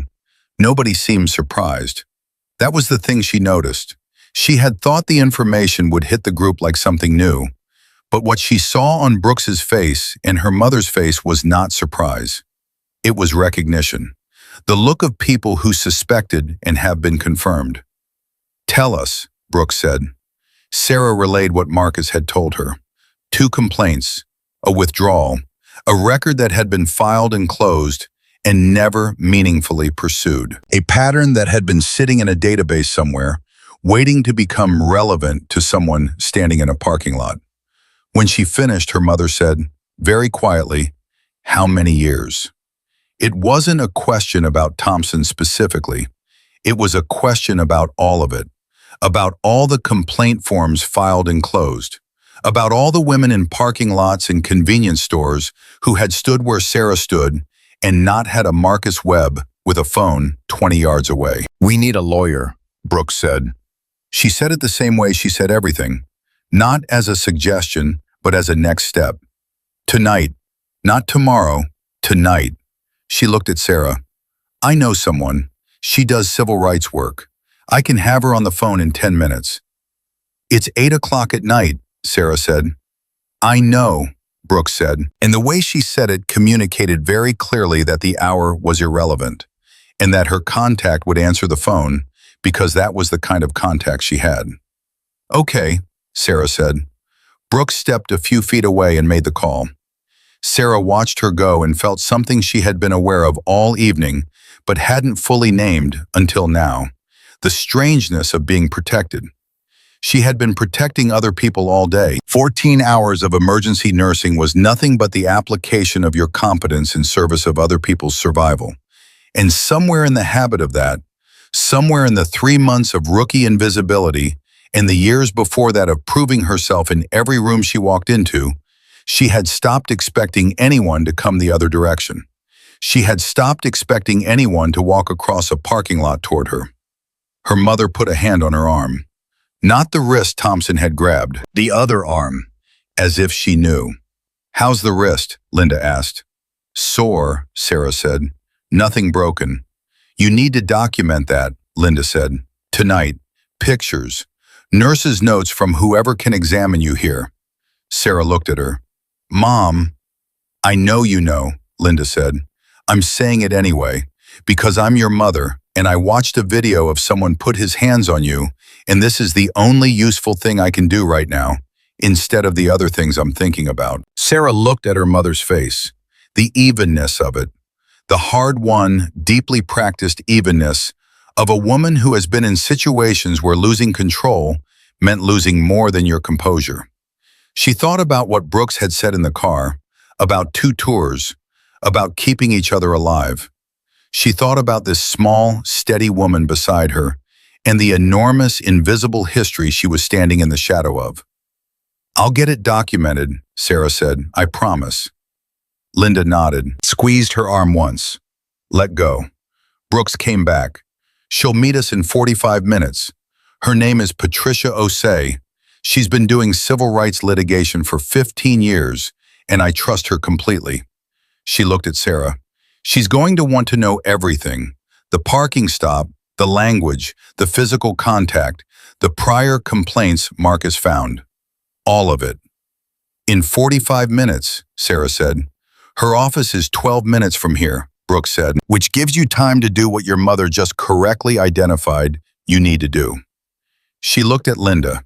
It was the first time she had addressed her directly since their reunion, and something in the look had the weight of all the things they hadn't said yet. "She needs documentation of the wrist. Someone inside can do that." Linda looked at her. "I know," she said. And then, quietly, with the tone of a person who has been waiting 17 years to say something and has decided that now, with her daughter standing between them in a hospital parking lot, is the time. "Lexi, why didn't you?" "I know," Brooks said, the same 2 words back, carrying a different weight. "I know, Lynn, and we will. We are going to talk about all of it, tonight, after." She held Linda's gaze. "But right now is Sarah," Linda said, not as a dismissal, as an agreement. "Right now is Sarah," Brooks confirmed. Keisha stepped forward. She had been quiet for several minutes, standing slightly apart, and when she spoke it was with the careful tone of someone who is aware they are participating in something larger than themselves and wants to be useful and not intrusive. "I can walk her in," she said. "I know the attending on night shift. We can get the wrist looked at and documented in 30 minutes. Sarah looked at her. This woman she had barely known 3 hours ago. This woman who had not crossed the lot and had come forward afterward and had stayed when she didn't have to. "Keisha," she said. "Yeah, thank you." She said it plainly, without the hedging and qualifications she usually put around gratitude. Just thank you, clean and direct, because that was what the moment asked for. Keisha nodded. "Come on," she said, and started toward the entrance. Sarah followed, and then stopped, turned back around. Thompson's cruiser was still there. He was standing outside it now, not close to them, 50, 60 feet away, across the lot. He was talking to another officer, one Sarah hadn't seen arrive, who had pulled up in a separate cruiser while she was on the phone with Marcus. They were standing close together, heads bent, the posture of a private conversation in a public place. The second officer looked up, looked at Sarah, looked at Brooks, and then did something unexpected. He stepped away from Thompson, walked a few paces toward the building, took out his own phone, made a call. Thompson watched him. His expression shifted. He said something. The second officer shook his head, said something back. Thompson's jaw set. "What's happening over there?" Sarah asked quietly. Brooks had been watching it. "His backup just decided not to be his backup," she said. "Someone made a phone call. Someone in that department saw the video and called this officer and told him to be careful where he stood tonight." She paused. "That means the video has already reached people inside that precinct. Command level, probably. 230,000 views." Keisha had looked at her phone while they were standing there and said the number without being asked, because by now the number had become a kind of clock, a way of measuring how fast the world was changing around this parking lot and this parking ticket and this exhausted nurse in 3-month-old scrubs. 230,000 people had watched Thompson put his hands on Sarah Michaels. 230,000 people knew her face and her scrubs and the way she had stood with her back against her car door. Sarah had a number in her head, the population of the city she grew up in, the one she had thought about earlier. She had passed it at 108,000. She was now more than double it. The community she had been invisible in for 3 months had become the size of a small country in the space of 2 hours. She walked inside with Keisha. The emergency room at night had a different quality than during the day. The daytime ER was chaos organized by experience. The night ER was something more compressed, fewer people moving faster, the sounds more acute, the fluorescent light feeling harsher because everything outside was dark. Keisha led her past the front desk, past the waiting area where a man in a red baseball cap was sleeping in a chair and a young couple sat close together looking at a shared phone screen, and down a side corridor toward the examination rooms. The attending on night shift was a Dr. Ramirez, 40-something, efficient, with the immediate clinical attention of someone who has learned to assess in seconds. He looked at Sarah's wrist, moved it carefully through a range of motion, asked 3 specific questions in rapid succession, and declared no fracture but significant bruising and soft tissue inflammation. He ordered an ice pack. He documented everything in her chart. He looked at her face when he was writing and said, without looking up, "You should know that 3 nurses on my floor have already talked about this tonight." Sarah looked at him. He glanced up. "I mean that you're not alone in here," he said. "I mean that what happened to you in that parking lot is not a Sarah Michaels problem. It's a Mercy General problem. It's an all of us problem." He capped his pen. "And I'm saying that as a doctor who has watched staff absorb a lot of things in this building that they should not have had to absorb." He held her gaze for 1 second. "File the complaint, all the way through." Sarah nodded. Her throat was tight again. She seemed to be running at a permanently elevated level of almost crying this evening, like her emotional thermostat had been broken by the parking lot and hadn't recalibrated. "Thank you," she said. He nodded, went back to his chart. "Ice it every 2 hours," he said, "and drink some water. You look like you haven't had water since this morning." She hadn't. He was right. Keisha handed her a cup from the dispenser near the wall without a word. She drank it. They went back out. Brooks and Linda were standing together near the entrance when Sarah and Keisha emerged. They were talking, not the way strangers talk, not the careful surface conversation of people getting reacquainted, but with the low, rapid, close-together quality of people who are covering ground fast because they have a lot of it to cover and not much time. Sarah watched her mother's face while she talked and saw things she had never seen there. Not vulnerability exactly, but openness. The kind of openness that you only extend to people who are there for the things nobody else was there for. They looked up when Sarah came through the door. "How's the wrist?" her mother asked. "Documented," Sarah said. "Bruising, soft tissue. Dr. Ramirez put it in my chart." She held up the ice pack. "He told me to file the complaint all the way through." Something moved through Linda's face. Good doctor, she said. Brooks looked at her watch. We need to leave in 15 minutes to make Patricia's office on time. She looked at Sarah. I should tell you, Patricia is thorough. Tonight is going to be an intake primarily. She's going to listen more than she talks. But she's going to want to know your history here too, how you were treated as a rookie, whether there have been other incidents, the overall environment. She paused. Think about that on the way over. The parking lot incident is the top of the iceberg, but Patricia is going to want to know about the water. Sarah thought about 3 months, about the extra charts, about the cold coffee, about the attendings who barely knew her name, about the small daily indignities that weren't worth mentioning on their own, but that accumulated into a weight you started carrying without noticing, until one day someone in a parking lot called you nothing, and you realized part of why it hit so hard was because you'd been being told you were nothing in 100 small ways for months. I can think of things, she said. Her phone buzzed again. She looked at the screen. Marcus Webb. She answered. I said tonight. I know, Marcus said. I'm not publishing. I'm calling because the woman who withdrew her complaint just called me back. His voice was different now, tighter, faster. Her name is Denise Carter. She withdrew because Thompson's union rep called her employer 2 days after she filed and told them she had a history of making false reports against police. She didn't. But she was working a part-time job she couldn't afford to lose. And she had a kid and she pulled it. A breath. She's been sitting on this for 2 years. And when she saw the video tonight, she called me and she said, she wants to talk. Sarah stopped walking. She wants to go on record, Sarah said.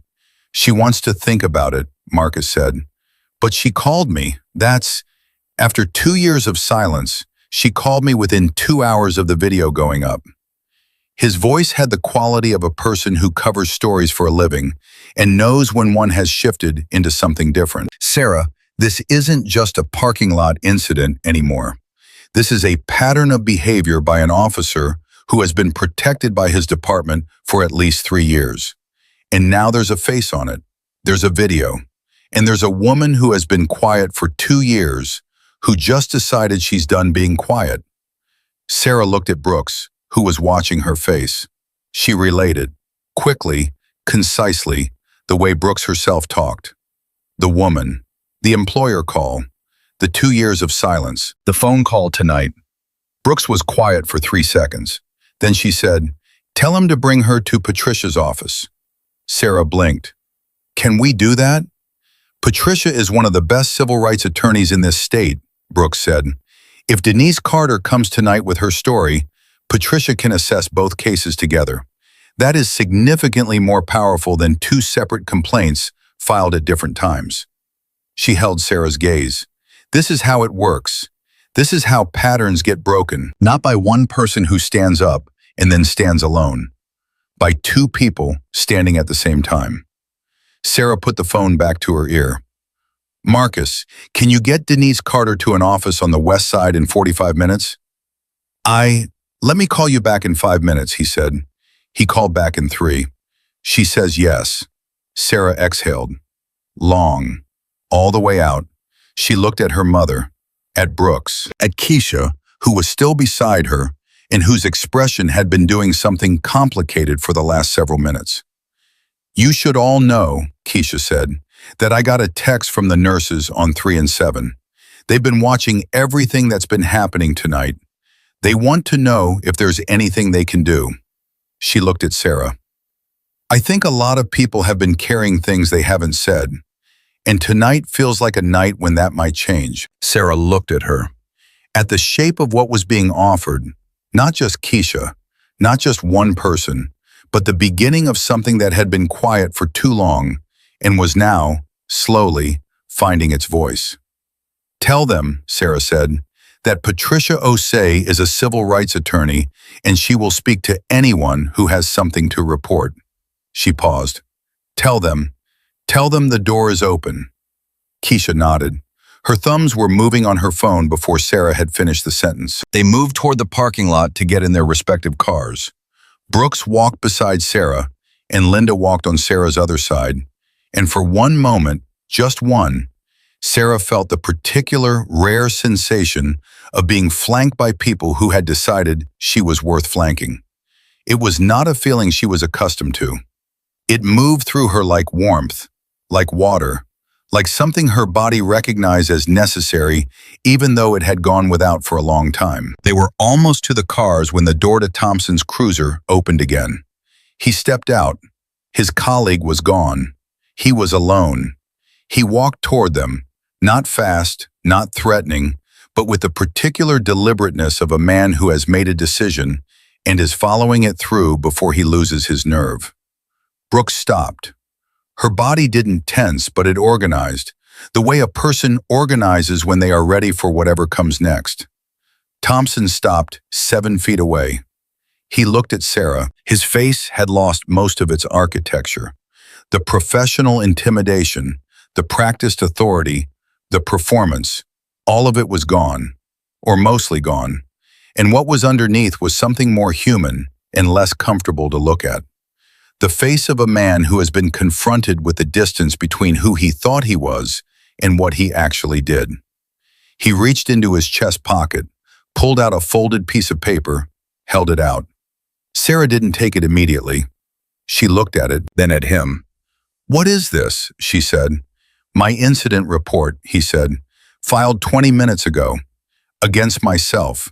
Conduct unbecoming, improper use of force." He kept his arm extended, the paper in his hand. "I know it's not enough.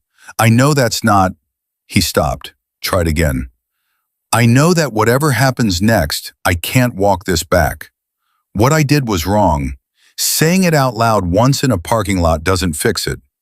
His arm was still extended, still holding the paper out. "But this is official. It's in the system. Nobody can close it or lose it or call it insufficient evidence. It's filed." Sarah looked at the paper for a long moment. Then she looked at Brooks. Brooks's face was unreadable, but she gave one small nod. Sarah took the paper. She unfolded it, read the first 3 lines. Her name was in it. Officer Daniel Thompson. Date and time. Location. And 3 words that no officer files about himself unless something has genuinely shifted. Improper use of force. She folded it back, put it in her bag. "The video is at 300,000 views, she said.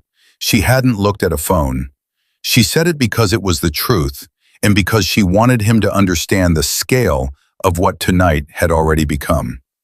There's a second woman. She withdrew her complaint 2 years ago because someone called her employer. She's coming forward tonight." She held his gaze. "Your report matters, but it's one step." Thompson nodded slowly. "I know," he said. "There will be a formal complaint filed," Sarah said, "by me, and possibly by others. And this," she touched her bag where the report was, "this will be part of it, but it won't be the whole of it." "I know," he said again. He looked like a man standing in weather he had made himself, not asking for shelter, just standing in it. He turned, walked back to his cruiser, got in. This time the engine went off. He was staying, waiting, probably, for whoever from his department was coming to manage the next stage of this. Whatever that looked like, it was no longer going to be simple. Sarah watched the cruiser for a moment, then turned back to Brooks and her mother. Linda was looking at her daughter, just looking at her, with an expression Sarah couldn't fully decode. Pride, maybe, but not the simple kind, the complicated kind, the kind that has grief in it alongside the pride.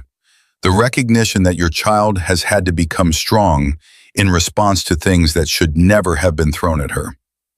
"Patricia's office," Brooks said, gently, as a reminder that there were more steps and they needed to take them.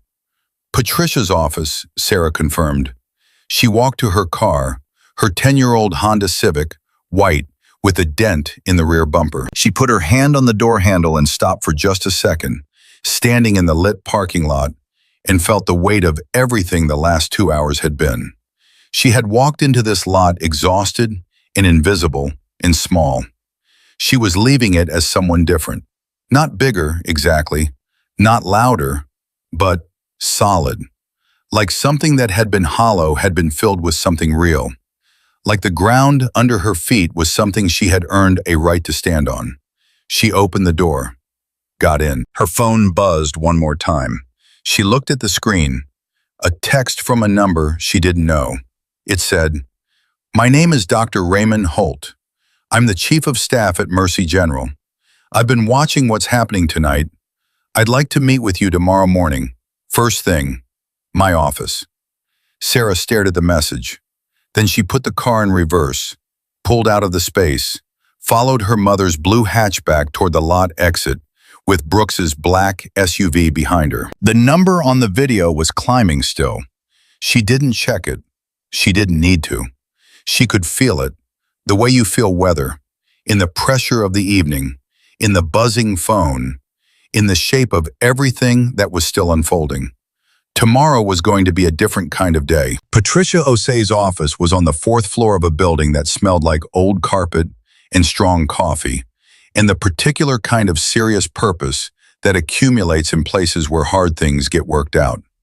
She was waiting for them when they arrived, standing in the hallway outside her office door, not sitting inside waiting to be found, actually standing there, because that was the kind of person she was. 60-something, with close-cropped natural hair going silver at the temples, and reading glasses pushed up on her forehead, and the expression of someone who had spent 15 years listening to people tell her the worst things that had happened to them, and had never once stopped being angry on their behalf.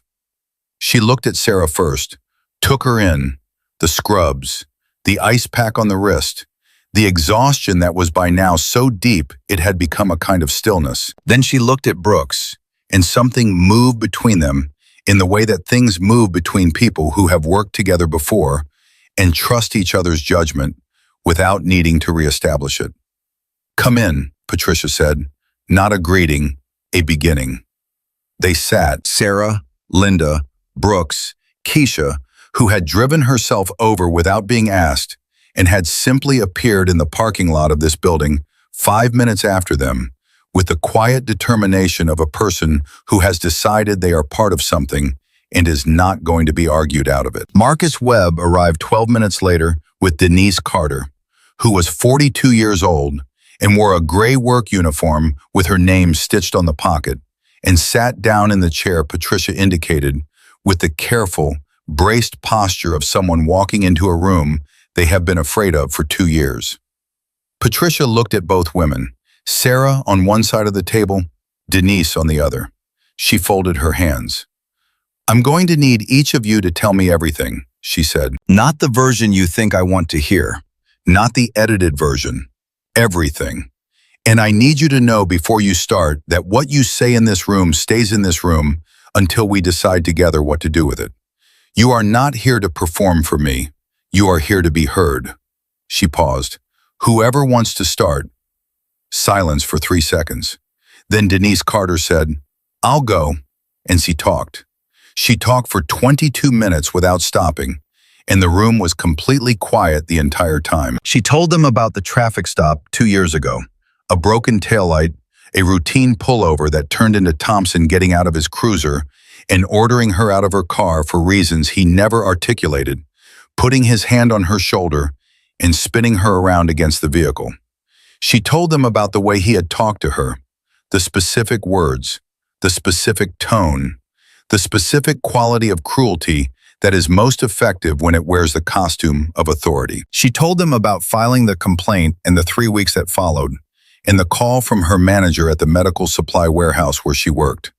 A man who had always been decent to her, who sat her down in his office with a pale face and said someone from the police union had called the company's HR department and flagged her as having a history of making false reports against officers, which was completely fabricated, which had never happened before, but which was now in writing somewhere, attached to her name, and her manager was sorry, but he had to let her go if she didn't resolve the situation. And she had a 9-year-old daughter and a rent payment due in 12 days. She had withdrawn the complaint. She said all of this to a table full of people in a law office at 9:30 at night, And when she finished, she sat very still, with her hands flat on the table, and her jaw set and her eyes dry. Not because she wasn't feeling it, Sarah could see she was feeling all of it, but because she had cried about this a long time ago, and what was left now was something harder and more purposeful than tears. Sarah looked at her across the table. She thought about Thompson in the parking lot. She thought about how he had grabbed her arm without hesitation. The way you do something without hesitation when you have done it before, when you have done it and faced no consequence. She thought about what a person learns when the world tells them there is no cost to what they do, what they become when that lesson has been reinforced for years. "Denise," she said quietly, "I believe every word." Denise looked at her. Something shifted in her face. Not relief, it was too complicated for that, but something in the territory of being seen, being actually seen. Patricia had been writing. She looked up. Officer Thompson's prior complaints, both of them, were reviewed by the same internal affairs officer, she said. "I pulled the records while you were driving over. Same reviewing officer, same determination, same closure language, both within the same 6-month period 2 years ago." She looked at Brooks. "That is not a coincidence." Brooks's expression said she knew it wasn't. "We file 3 things simultaneously," Patricia said. She had switched from listening mode to operational mode with the clean efficiency of someone who has been waiting for enough pieces and now has them. 1. A formal civil complaint from Sarah Michaels against Officer Thompson for excessive force and conduct unbecoming, supported by documented injury, witness statements, and 700,000 video views as of 40 minutes ago. She said the number the way you say a fact. 2. A reinstatement petition for Denise Carter's original complaint, with a motion to investigate the withdrawal under duress, including the employer contact made by the police union. 3. A formal request to the city's Civilian Oversight Board to review the conduct of the internal affairs officer who closed both prior complaints. The room was quiet. Marcus Webb, who had been sitting slightly apart from the table and had been writing in a small notebook for most of the meeting, looked up. "You're going after the whole chain," he said. "I'm going after the accountability structure," Patricia said. "Not just the man. The man is one step. The structure that protected him for 3 years is the building." She looked at Sarah. "This is your call, not mine, not Denise's, not Commander Brooks's. Yours. This is your name on the primary complaint. You need to understand what that means." Sarah looked at her. "Tell me what it means." "It means the department is going to push back," Patricia said, without softening it. "Not violently. They know the optics are terrible. They've known that since the video hit 500,000 views. But institutionally, there will be counter-narratives. There will be people who decide you're a troublemaker, a liability, someone with an agenda. There will be moments when this drags and stalls, and you're going to want it to be over." She held Sarah's gaze. "And it will be over, but not quickly. These things take time, and the time is hard." Sarah looked at the ice pack on her wrist. She thought about 14-hour shifts. She thought about cold coffee and extra charts and attendings who didn't know her name. She thought about Denise Carter's 9-year-old daughter and a rent payment and a manager with a pale face and a fabricated report. She thought about the woman who hadn't called Marcus back for 2 years and then called him within 2 hours of a video she had watched alone somewhere, seeing her own story in another woman's face. "How much time?" Linda Michaels asked. Her voice was very controlled. "Realistically, for the full process, 12 to 18 months, Patricia said. "The immediate actions, the complaint filings, the oversight petition, those happen in days. The resolution takes longer." Linda nodded, pressed her lips together, nodded again. "I want to do it," Sarah said. She didn't say it loudly. She said it with the same steadiness that she had been building all evening, accumulated in layers.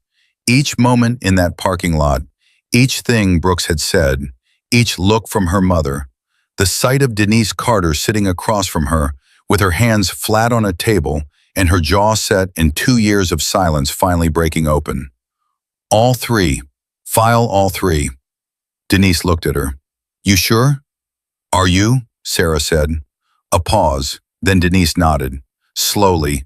Definitely. I've been sure for 2 years, she said. I just needed... She stopped, looked at Sarah. I needed to not be doing it alone. Something happened in the room when she said that. One of those moments where the emotional temperature shifts and everyone feels it and nobody mentions it because mentioning it would break it. Sarah felt it in her throat. Keisha, sitting 2 seats down, looked at the table for a second. Even Marcus stopped writing. Brooks was looking at the space between the two women, Sarah and Denise, with an expression Sarah had only seen on her face once before. The brief, private, quickly contained flash of something that wasn't tactical, that was purely human. The look of a person who stepped into a parking lot for one reason and is watching something much larger unfold from it. Then we file in the morning, Patricia said. Back to business. Brisk, certain, forward. I'll have the documents drafted by 6 a.m. I need each of you to review and sign. I also need written statements tonight. Not long, not formal, just your recollections in your own words while they're fresh. Take 20 minutes each. Use your phones, email them to me. She slid a card to each of them. And I need you both to stay off social media until the filings go in. No comments, no responses, no likes on other people's comments. Nothing. She looked at Marcus. And you, nothing published until I give you the word. Are we clear? Marcus looked at his notebook, looked at Patricia. Clear, he said, but I want the exclusive when you file. Patricia looked at him for a moment with the expression of someone who has dealt with journalists for 15 years and considers them a necessary species. You'll have it, she said. He nodded, put his pen down. They spent the next hour in Patricia's conference room, writing statements on their phones, drinking the coffee her assistant brought in without being asked, occasionally talking in the low, necessary way people talk when they are working on something important and have found the specific collaborative rhythm of it. Denise and Sarah sat at the same end of the table. They didn't talk much at first, but at some point, Sarah couldn't mark exactly when, they started talking. Quietly. The way you talk to someone when you have been through similar things and don't need to explain the before because they already understand it. Denise showed Sarah a photo of her daughter on her phone. A little girl with pigtails and the unself-conscious smile of a child who has not yet learned the world can narrow itself without warning. Her name is Maya, Denise said. She asked me sometimes why I seem sad when cop cars go by. A pause. I never knew what to tell her. Sarah looked at the photo. Tell her you weren't sad, she said. Tell her you were careful. There's a difference. Denise looked at her. Then for the first time all evening, she smiled. Small. Real. Linda Michaels had been sitting near the window with Brooks for most of that hour. Sarah could hear them talking in low voices. Not the content, just the rhythm of it. Back and forth. The particular cadence of people filling in gaps. At one point, she heard her mother laugh. A real laugh. Unguarded. The laugh Sarah had almost never heard from her. The laugh she must have had before she was a mother. Before she was alone. Before she organized herself entirely around practicality and survival. It lasted 2 seconds. But Sarah heard it and felt something warm move through her that had nothing to do with the case and everything to do with her mother being, for a moment, a full person again. Patricia came back in at 11:15. Drafts are done, she said. I'm going to need each of you in my office tomorrow at 8 a.m. to sign before I file. The oversight petition goes in at 9. The civil complaint goes in at 9:30. She looked at Sarah. You're going to want to be somewhere private when the department responds. It's going to happen fast, and their first statement is going to be carefully worded and partially misleading, and you're going to want to be with people who can help you parse it without reacting publicly. She'll be with me, Linda said, not a question. Patricia nodded, looked at Brooks. And I'd appreciate your presence tomorrow. Your statement as a witness carries significant weight. I'll be there, Brooks said. Patricia looked around the room. Any questions? She said. Nobody had questions. Not because there weren't any, but because they were all tired in the deep, specific way of people who have done important things and need to sleep before they can do more of them. They filed out into the hallway. Sarah walked beside Denise. At the elevator, Denise stopped and turned to her. I need you to know something, she said. I watched the video tonight before I called Marcus. I watched it 4 times. She looked at Sarah directly. The 4th time I watched it, I was looking at your face. When he first came up to you, before everything escalated, you were just... She paused, searching for the word. You were just a person trying to get to your car. That's all. You weren't doing anything wrong. You were just existing in a space he decided you didn't belong in. Her voice had gone slightly uneven, but she kept it steady by effort. And I thought, that's what it was for me too. Just existing in a space. And somehow that was enough to make him... She stopped. I don't want Maya to grow up in a world where that's still how it works. I don't want her to have to know how to be small so she doesn't get hurt. Sarah looked at her. Her throat was tight. Her wrist ached under the ice pack. She was running on empty in a way that had gone past physical, past emotional, into something primal and fundamental. She's not going to, Sarah said, or we're at least going to make it harder for it to work that way. That's all we can promise. But that much we can promise. Denise nodded. The elevator opened. They rode down in silence, and it was the good kind of silence, the kind that doesn't need to be filled. The next morning arrived the way mornings do after nights like that one. Too soon and too bright, and with the particular mercilessness of a world that does not pause because you are tired. Sarah was at her mother's kitchen table at 6:15 with coffee she was actually drinking while it was hot, which felt like a small, impossible luxury, while Linda sat across from her, reading through Patricia's drafted documents on a tablet. Brooks was in the living room on her phone, coordinating something with someone in a calm, quiet voice that Sarah had already identified as Brooks's operational register, the voice she used when she was moving pieces. At 7:42, Sarah's phone buzzed with a news alert from the local affiliate. She read the headline. Her stomach dropped. Officer at Center of Viral Mercy General Video on paid administrative leave pending investigation. She read it again. Paid administrative leave. The department had moved overnight. Either the overnight command had seen the numbers, the video had crossed 1.2 million views by 3 a.m., according to Marcus's last text, or someone inside the precinct had made a call that couldn't be ignored. Either way, Thompson had been pulled before Patricia even filed. She showed it to her mother. Linda read it, set the tablet down, looked at her coffee, said nothing for a moment. That means they know the complaint is coming, Linda said finally. Or they're trying to get ahead of it, Sarah said. Same thing, Linda said. They're scared. Brooks appeared in the doorway. She had her phone in her hand and the expression of someone who has just processed significant information. The deputy commissioner put out a statement 10 minutes ago, she said. He's calling for a full review, not just Thompson, the entire internal affairs process for the prior complaints. He named the reviewing officer. She paused.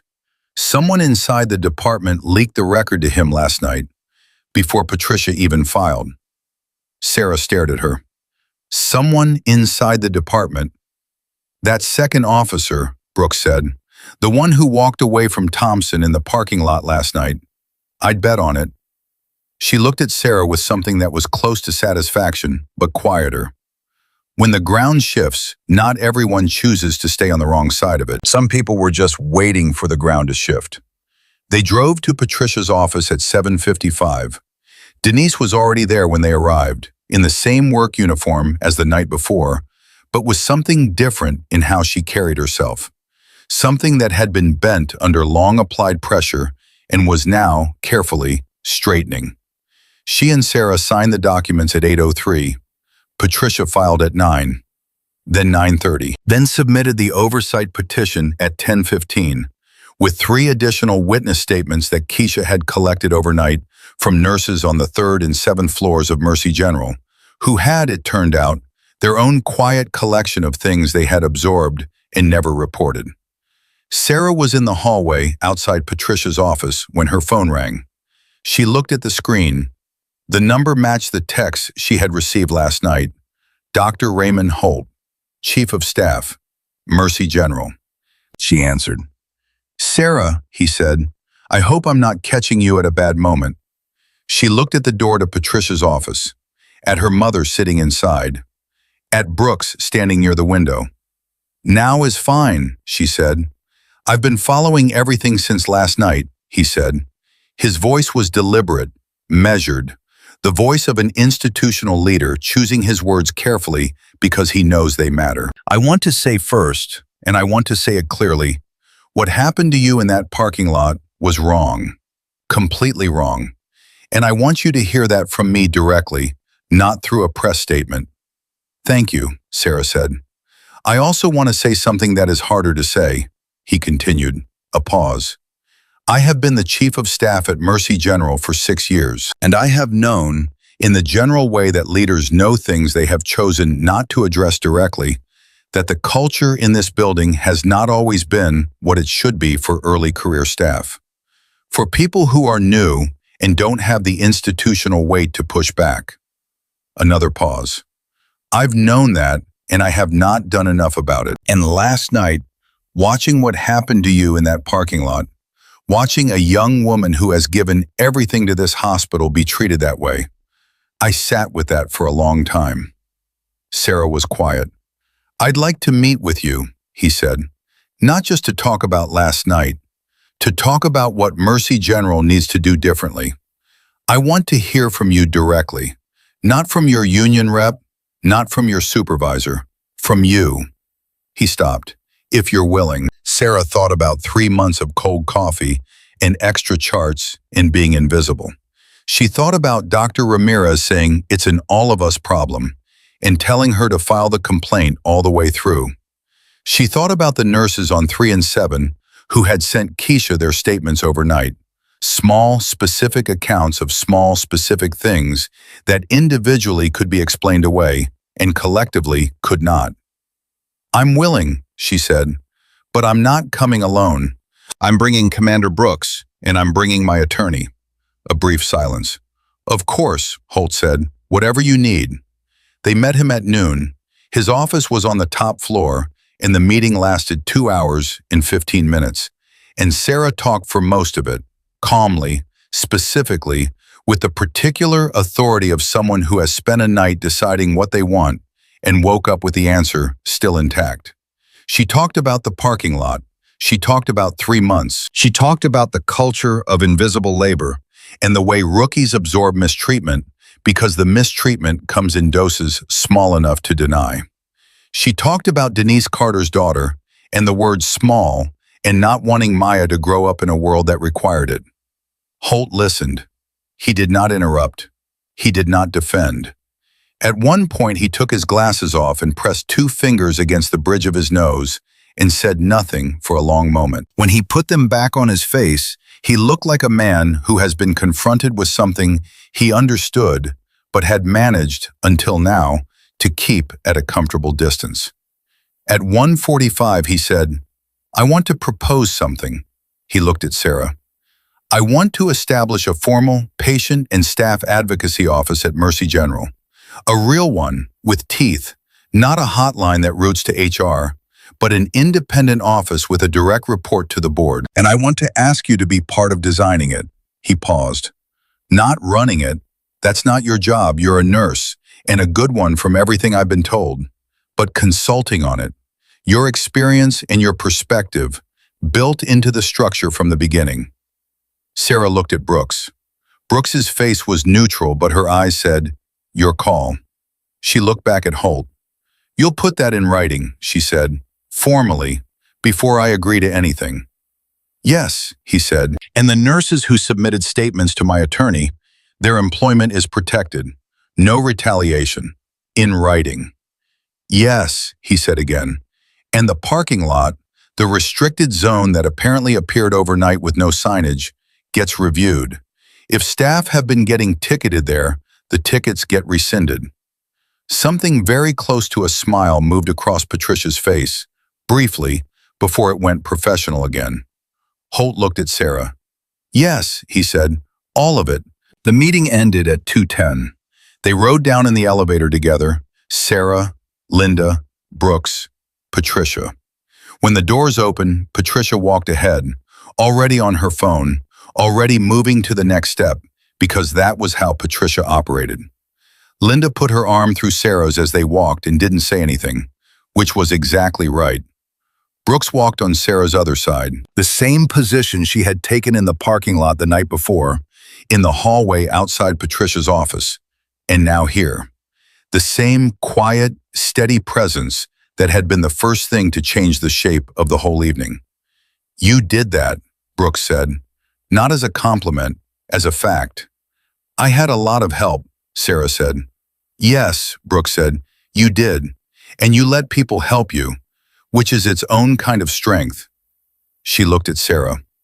A lot of people can't do that. They're so used to holding everything that they can't open their hands even when someone's trying to give them something. She paused. Your mother used to be that way. Sarah looked at Linda. Linda was looking at the middle distance with an expression that said she had heard that and was choosing to neither confirm nor deny it. What changed her? Sarah asked. Brooks was quiet for a moment. She had you, she said, and she decided that whatever she was protecting herself from, she was going to let you feel protected instead. Sarah absorbed that, the weight of it, the particular, enormous, ordinary love of a mother who had sealed herself up and given everything in her to her daughter, and the cost of that, and the gift of it, and all the complicated, beautiful, difficult, true things in between. They stepped outside.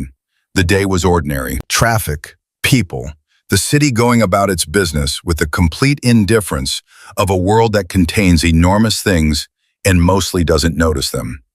Sarah stood in the open air. She thought about Marcus Webb, who by now had his exclusive and was writing it, and whose story would go up at 6 p.m. and would add another layer to the record. She thought about Denise Carter, who was probably back at work today. She had found a new job 8 months ago at a different company, but she had mentioned in Patricia's office that she still flinched every time she saw a police cruiser in her rearview. She thought about Maya, who was probably in school right now, in a classroom somewhere, doing the ordinary work of being a child and not knowing that her mother had sat in a law office the night before and broken 2 years of silence. She thought about the complaint filed that morning in the city's Civilian Oversight Board database, with her name on it, formal, impermanent, and irrevocable. She thought about Patricia's office. She thought about the document she had signed that detailed, plainly and specifically, what Officer Daniel Thompson had done and what it had cost her and what it connected to. She thought about standing in this exact situation 3 months ago, new to the job, invisible, carrying things in small daily doses, learning to be small so she didn't get hurt. She thought about who she had been at the beginning of last night, walking to her car, wanting nothing more than to go home, and who she was standing here now in the middle of the ordinary afternoon. She was not different in any grand way. She was still tired. Her wrist still ached. She still had to go back to Mercy General tomorrow morning and do another shift and face whatever the culture of that building decided to do with what had happened. She was still 26 and still a rookie, and the road in front of her was long and not always clear. But she was standing in it without making herself small. She was standing in it with her hands open and her eyes forward, and the full knowledge, lived, earned, permanent, that when you stop waiting for permission to take up space, when you stop apologizing for your own presence, when you stand still long enough for the people who are coming to find you, they find you. Commander Alexa Brooks, who had stepped out of a black SUV at exactly the right moment, touched her arm briefly. I have to make a call, she said. "I'll be right back." And she stepped a few feet away with her phone and her operational voice and her extraordinary, ordinary competence. Linda Michaels took her daughter's hand, just held it, the way she had held it when Sarah was 8 years old, and the world was smaller and simpler, and Linda had not yet figured out that protecting someone and preparing them were two different things, and that the second was harder and more important. Sarah held her mother's hand back, and she stood there, in the middle of an ordinary afternoon, on ground she had earned the right to stand on, and felt, for the first time in a very long time, maybe the first time since she had started at Mercy General 3 months ago, maybe longer than that, like exactly enough. Not more than she was, not performing something larger than herself, just exactly, precisely, completely enough.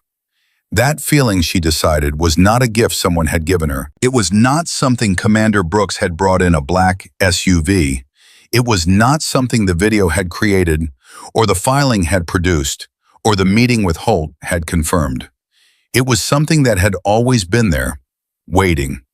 Waiting for one evening when she stopped apologizing for it long enough to feel it under her feet.